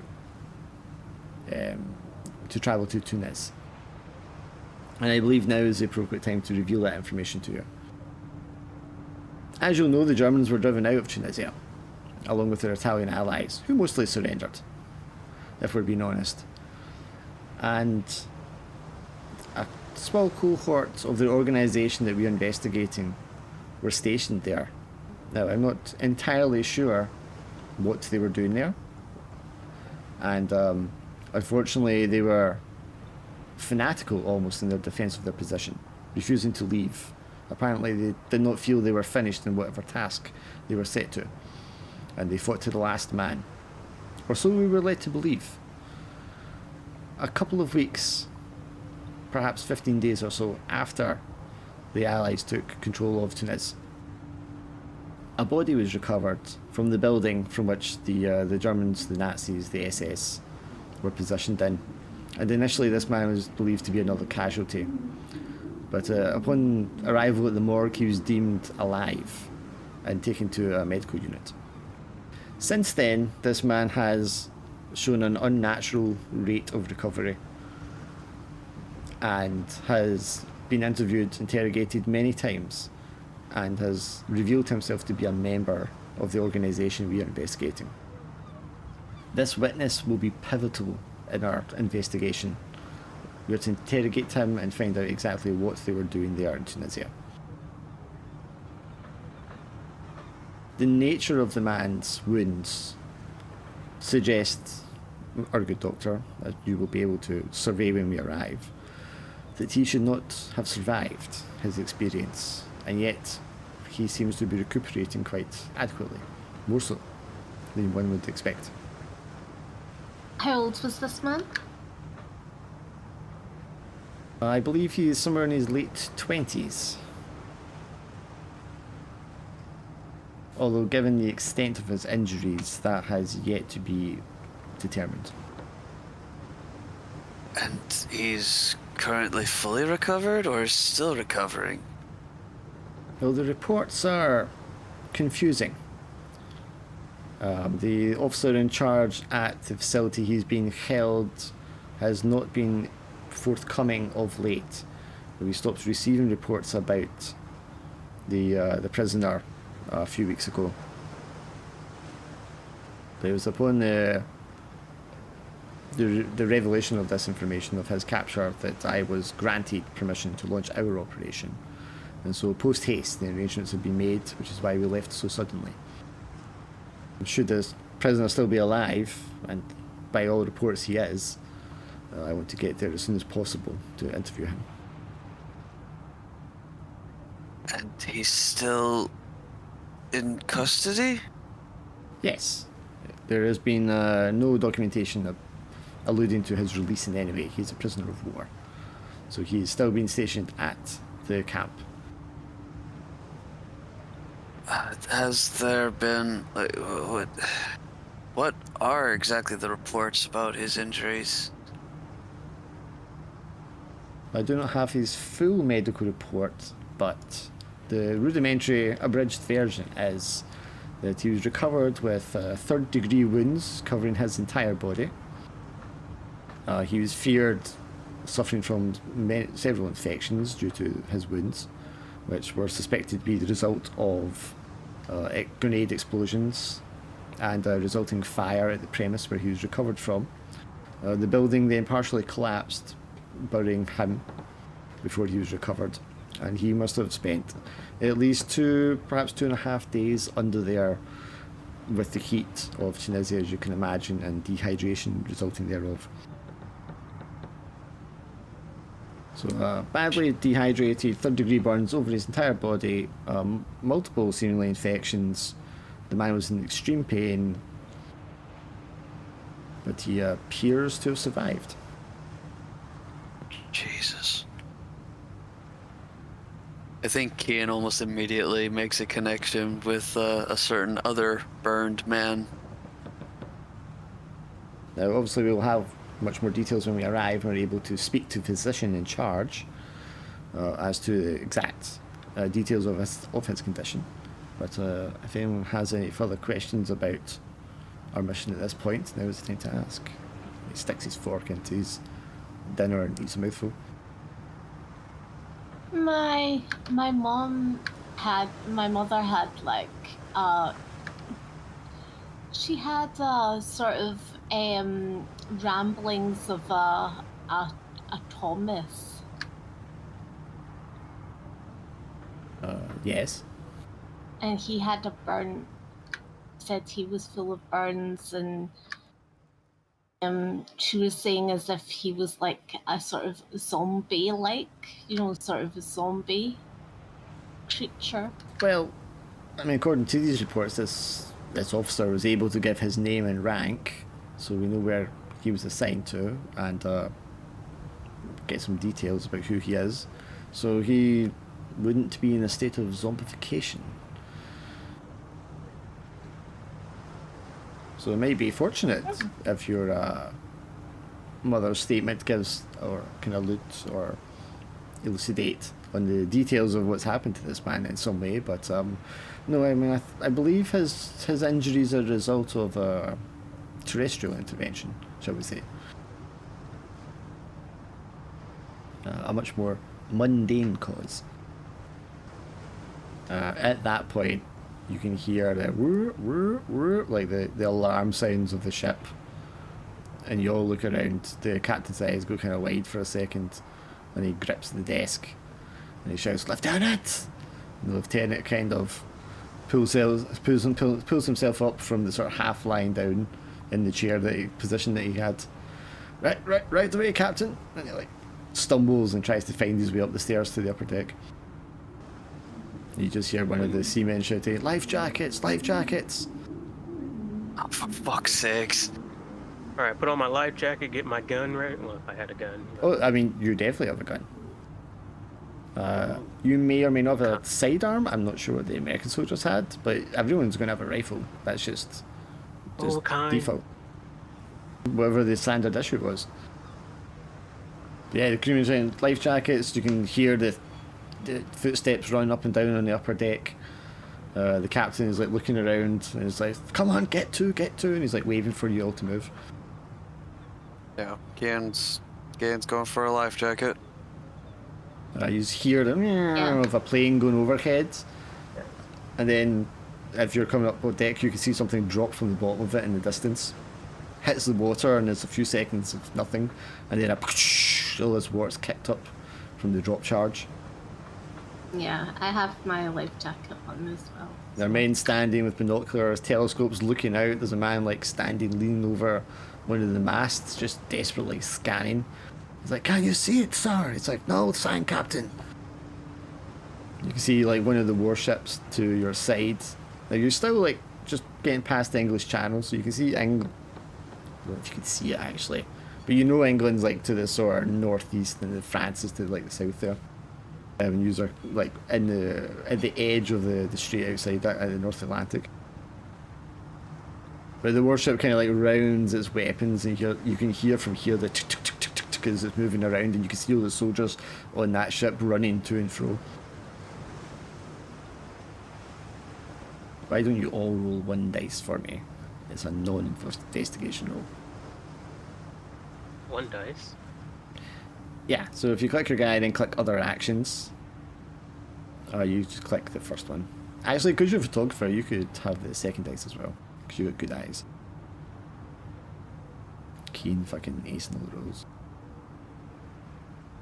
I'm already 4 in insight. I need to do something good. Each has within human capabilities, or what? Yes, the first one you always get, because it's always within human capabilities. You'll get the second one as well, though, because it also falls under your occupation. So Gloria, you're looking around and you're like, you can't see anything. Like, maybe you're distracted by the explosion in the water or whatever.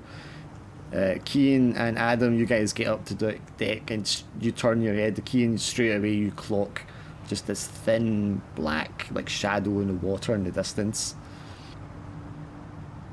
And Adam, you kind of like follow Keen's gaze and like you snap onto it and you can see it as well. Did you roll? What's that? Bark Lewis. You click your guy Lewis and then other actions. So yeah, it's just like a big black figure. No, it's like a long, thin shadow just at the surface of the water. I mean, you'll have heard on your travels that this is like a German U-boat. They're kind of like semi-submersible. I was about to say, I was like, oh, let me take a picture of it. I was like, no. Yeah, I mean, you might take a picture. If that's your instinct. Yeah, take a picture. So you're Click. there getting it in lens and focus. You there, Alan? Can you get your sheet up? Yeah, I think I clicked roll. I don't know whether I clicked the right thing or not. On your guy's sheet, it's other actions, and then a window will pop up, and then you pick which dice. All right. Which one? Within human capabilities. Always within human capabilities, because you're human. Gotcha. You're a barber. I don't think spotting ships at sea is occupational expertise. Yeah. So just the one dice, and then you hit roll. Okay, but you get up and just like Keen, maybe by luck and happenstance, maybe it's fate. You get on deck and straight away you can see it in the water as well. What do the three of you spot it? One of you starts taking a photograph. What do the other two do? I definitely point and shout, U-boat! The guy on the mast immediately like catches sight of where you're pointing, and he's like, "Captain, off the starboard!" Blah, blah, blah, blah, blah. Giving directions, latitude, all the rest of it. The captain shouts orders, and the ship begins to like turn off and out of away from the thing. Just as it does so, you just see a spurt of like splash of water at the U-boat shape, and then you hear one of the men shouting, "Torpedo! Torpedo!" The captain just shouts, on the deck, and everyone just like grabs something to hold. Yeah, I white knuckle grip the railing.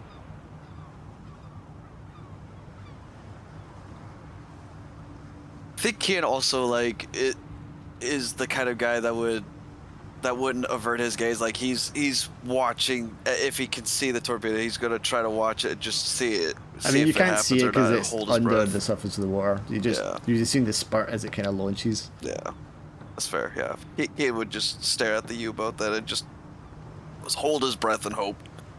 What about you, Gloria?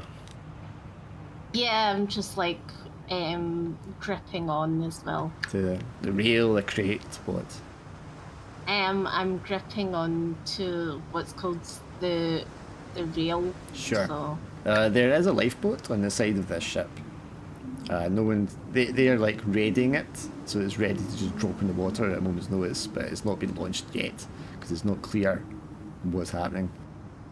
There's a tense moment, and this is, you all feel extremely just vulnerable in the hands of God, kind of feeling there's utter helplessness, there's nothing you can do, and you're just like waiting and hoping.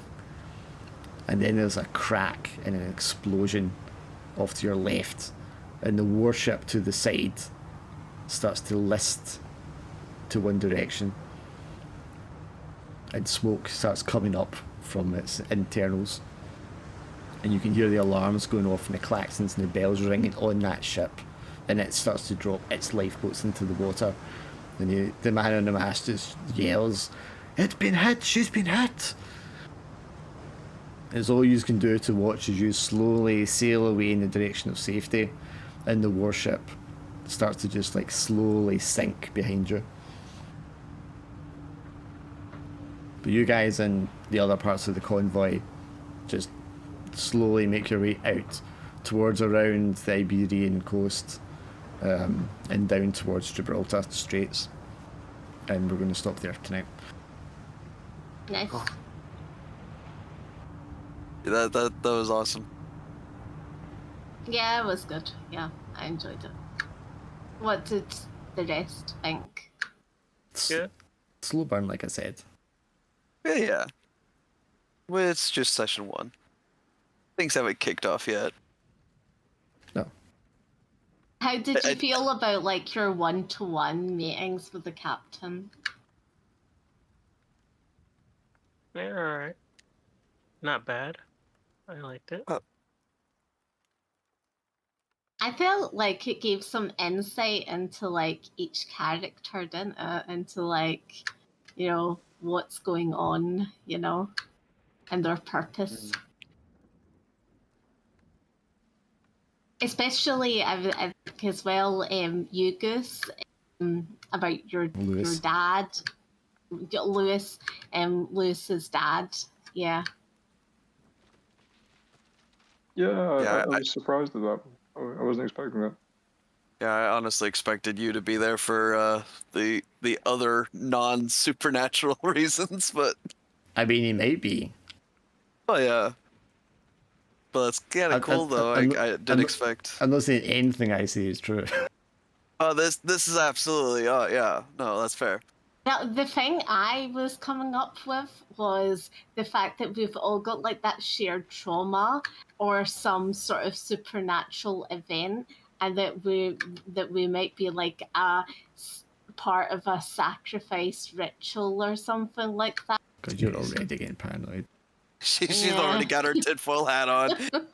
I was just thinking about that. I was like, maybe we're like, you know, it's a cult again, where like we're part of some, you know, ritual, and it's like taking back from the past. Because when you think about it, it's like what's called Lewis's father, and then you think of Kian's character, and then obviously what's called Gloria's mother. And then just for the fact that Adam has seen, you know, some of this stuff, you know, so it's kind of like that's how he felt he fits in as well. So it's kind of all just like, it's like, yeah, they've all got that sort of shared trauma. It's there, you know. So I think like maybe it's to conjure Well, up I mean, another way of looking something. at it is there's only one character that's got actual trauma in an actual event.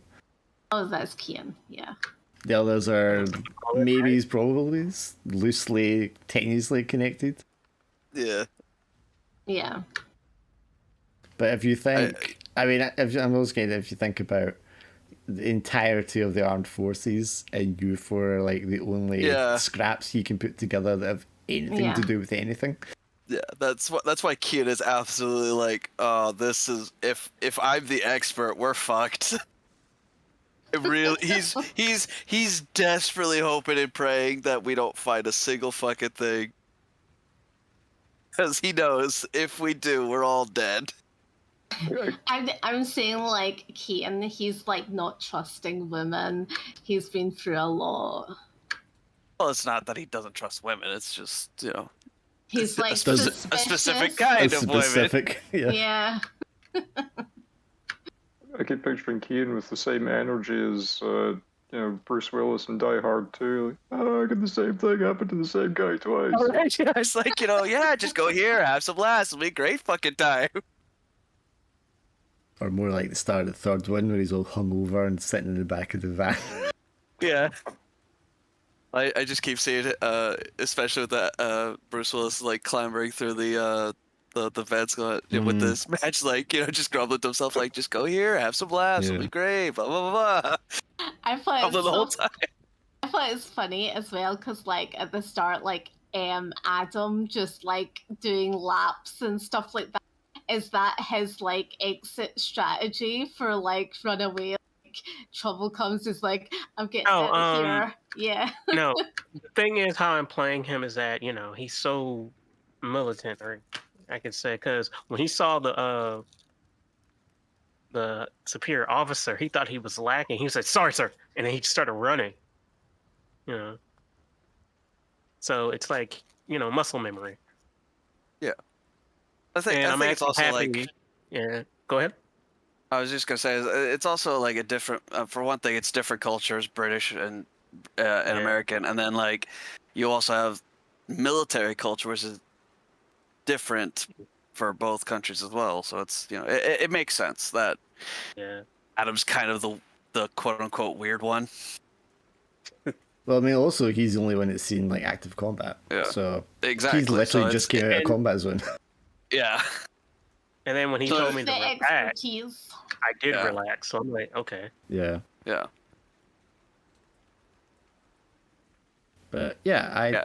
tended to be like a slow burn, not getting into stuff right away and all that. Yeah. So I'm the person that's going to be like fixing the wounds and stuff like that. well, you think that.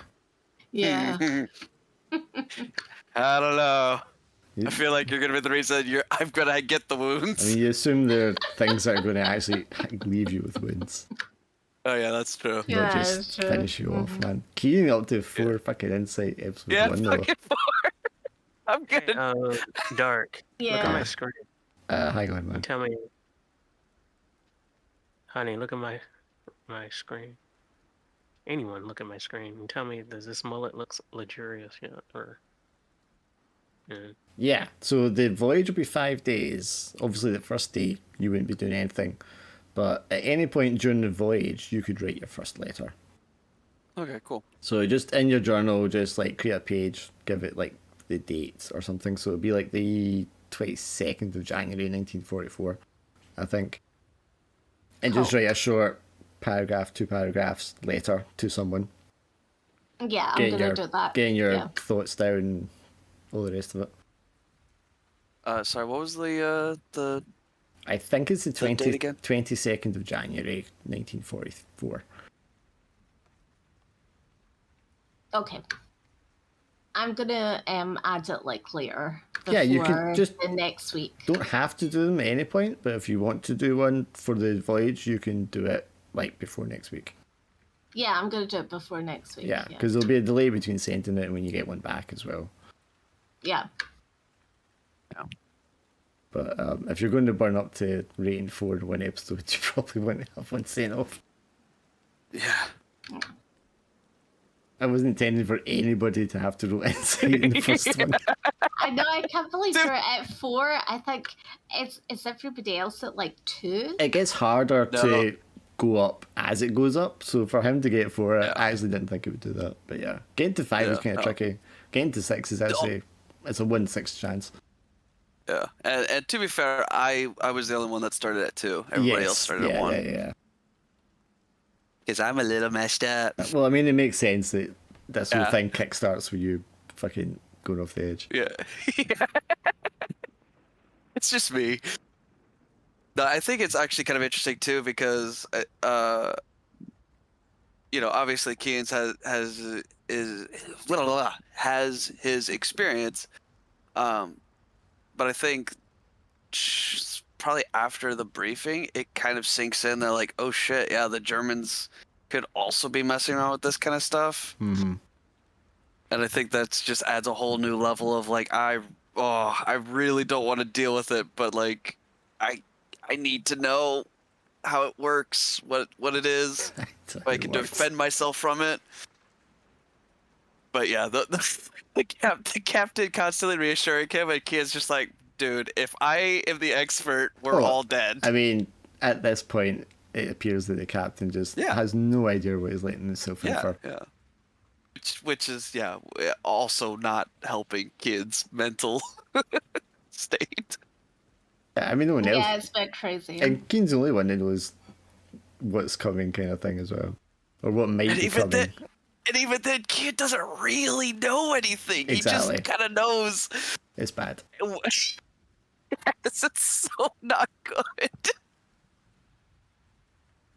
All he knows is, hey man, we just threw a bunch of shit at stuff, and whatever stuck, and whatever didn't, we kind of ran for the hills.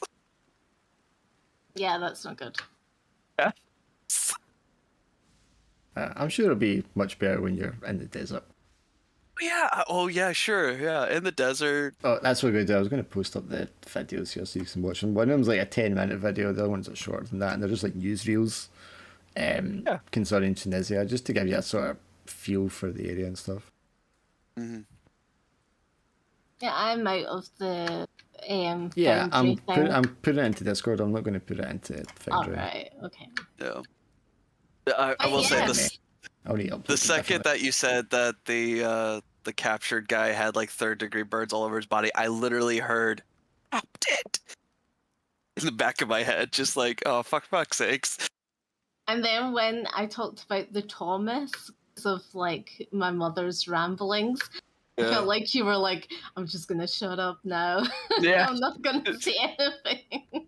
That's literally Kian's plan right now, is just keep my head down, don't say shit, and we can avoid that awkward. It's gonna happen eventually. It's inevitable, but yeah, These things always Kian's trying to come out. avoid it. Yeah, he's definitely trying his best to avoid that at all costs, but it's all futile. There'll be a photograph somewhere, like, and I'll be like looking at you and looking at the photograph, and I'll be like, "That's my mum," and you're in the photo, something like that, I don't know about that. or a connection or something like that. I mean, yeah. The only time I think there was a photo being taken was the R.I.P. Susan in the Corbett house, because she had a camera with her. Oh, that's right. But I'm sure that won't come up. Yeah. Yeah. I'm sure that won't come up at all. There'd be no reason for that to Or- appear. Or Mildred pops up. I mean, I'm not going to have Mildred pop up in the North Africa. Like, hey guys. All right. Yeah, that's a bit random. Hey, kid, I found this really dark hole. Why don't you go in there? There is no certainty that any of this is linked to anything else. Oh, yeah. Which also makes it all the more scary. Mm. Because I don't know what to expect. Do you know what it'll be? It'll be through a monster. A monster will say something. Well, yeah. A You'll be monster will like, say no. something. Yeah, like when those demons or monsters, or one that's like, Dropping exposition What's for you. Yeah, I'm sure they're going to do that. Mm. They're not just going to Yeah. snap you in half. mhm. I put the vids into G Drive because it wouldn't let me put them on Discord there, and just put the link up. Fair enough. They're not. They're Okay. very short. If you just wanted, I don't think even all of them have audio. Okay, Wait, cool. Yeah, they're I'm just the going area and the time to period. head now. So good game, everyone. That was a good start. I Yeah, I'm think. gonna close this. Yeah. Well, See also, you well later. done of capturing the horror of naval combat as well. Just that sheer, just waiting, helpless feeling of waiting for something bad to happen. That was really good. I like that. Yeah, I don't know if I got the. I probably didn't get the dates right, and I was going to name the warship that was accompanying you because one did go down in the English Channel about this time period. That would have been interesting. I think it was the 20th that went down, so it would have been like the right sort of time. Yeah. And this ship also went down at a certain point. Oh. Or did it? Spoilers. Hopefully, we're not on it when it does. I checked that it's not down for the day where you're not going down. Oh, fair enough. Yeah, I'm gonna head off here and see about Yeah, I'll writing a close- draft for my letter, but Cool. I'll close this once no one's writing in anything. yeah. For the letter, you're probably best just like writing in a little pad or something like that, and you can paste it in. Yeah. If you need Into Foundry to put it in at any point, just give me a shout. Yeah, no worries, no worries.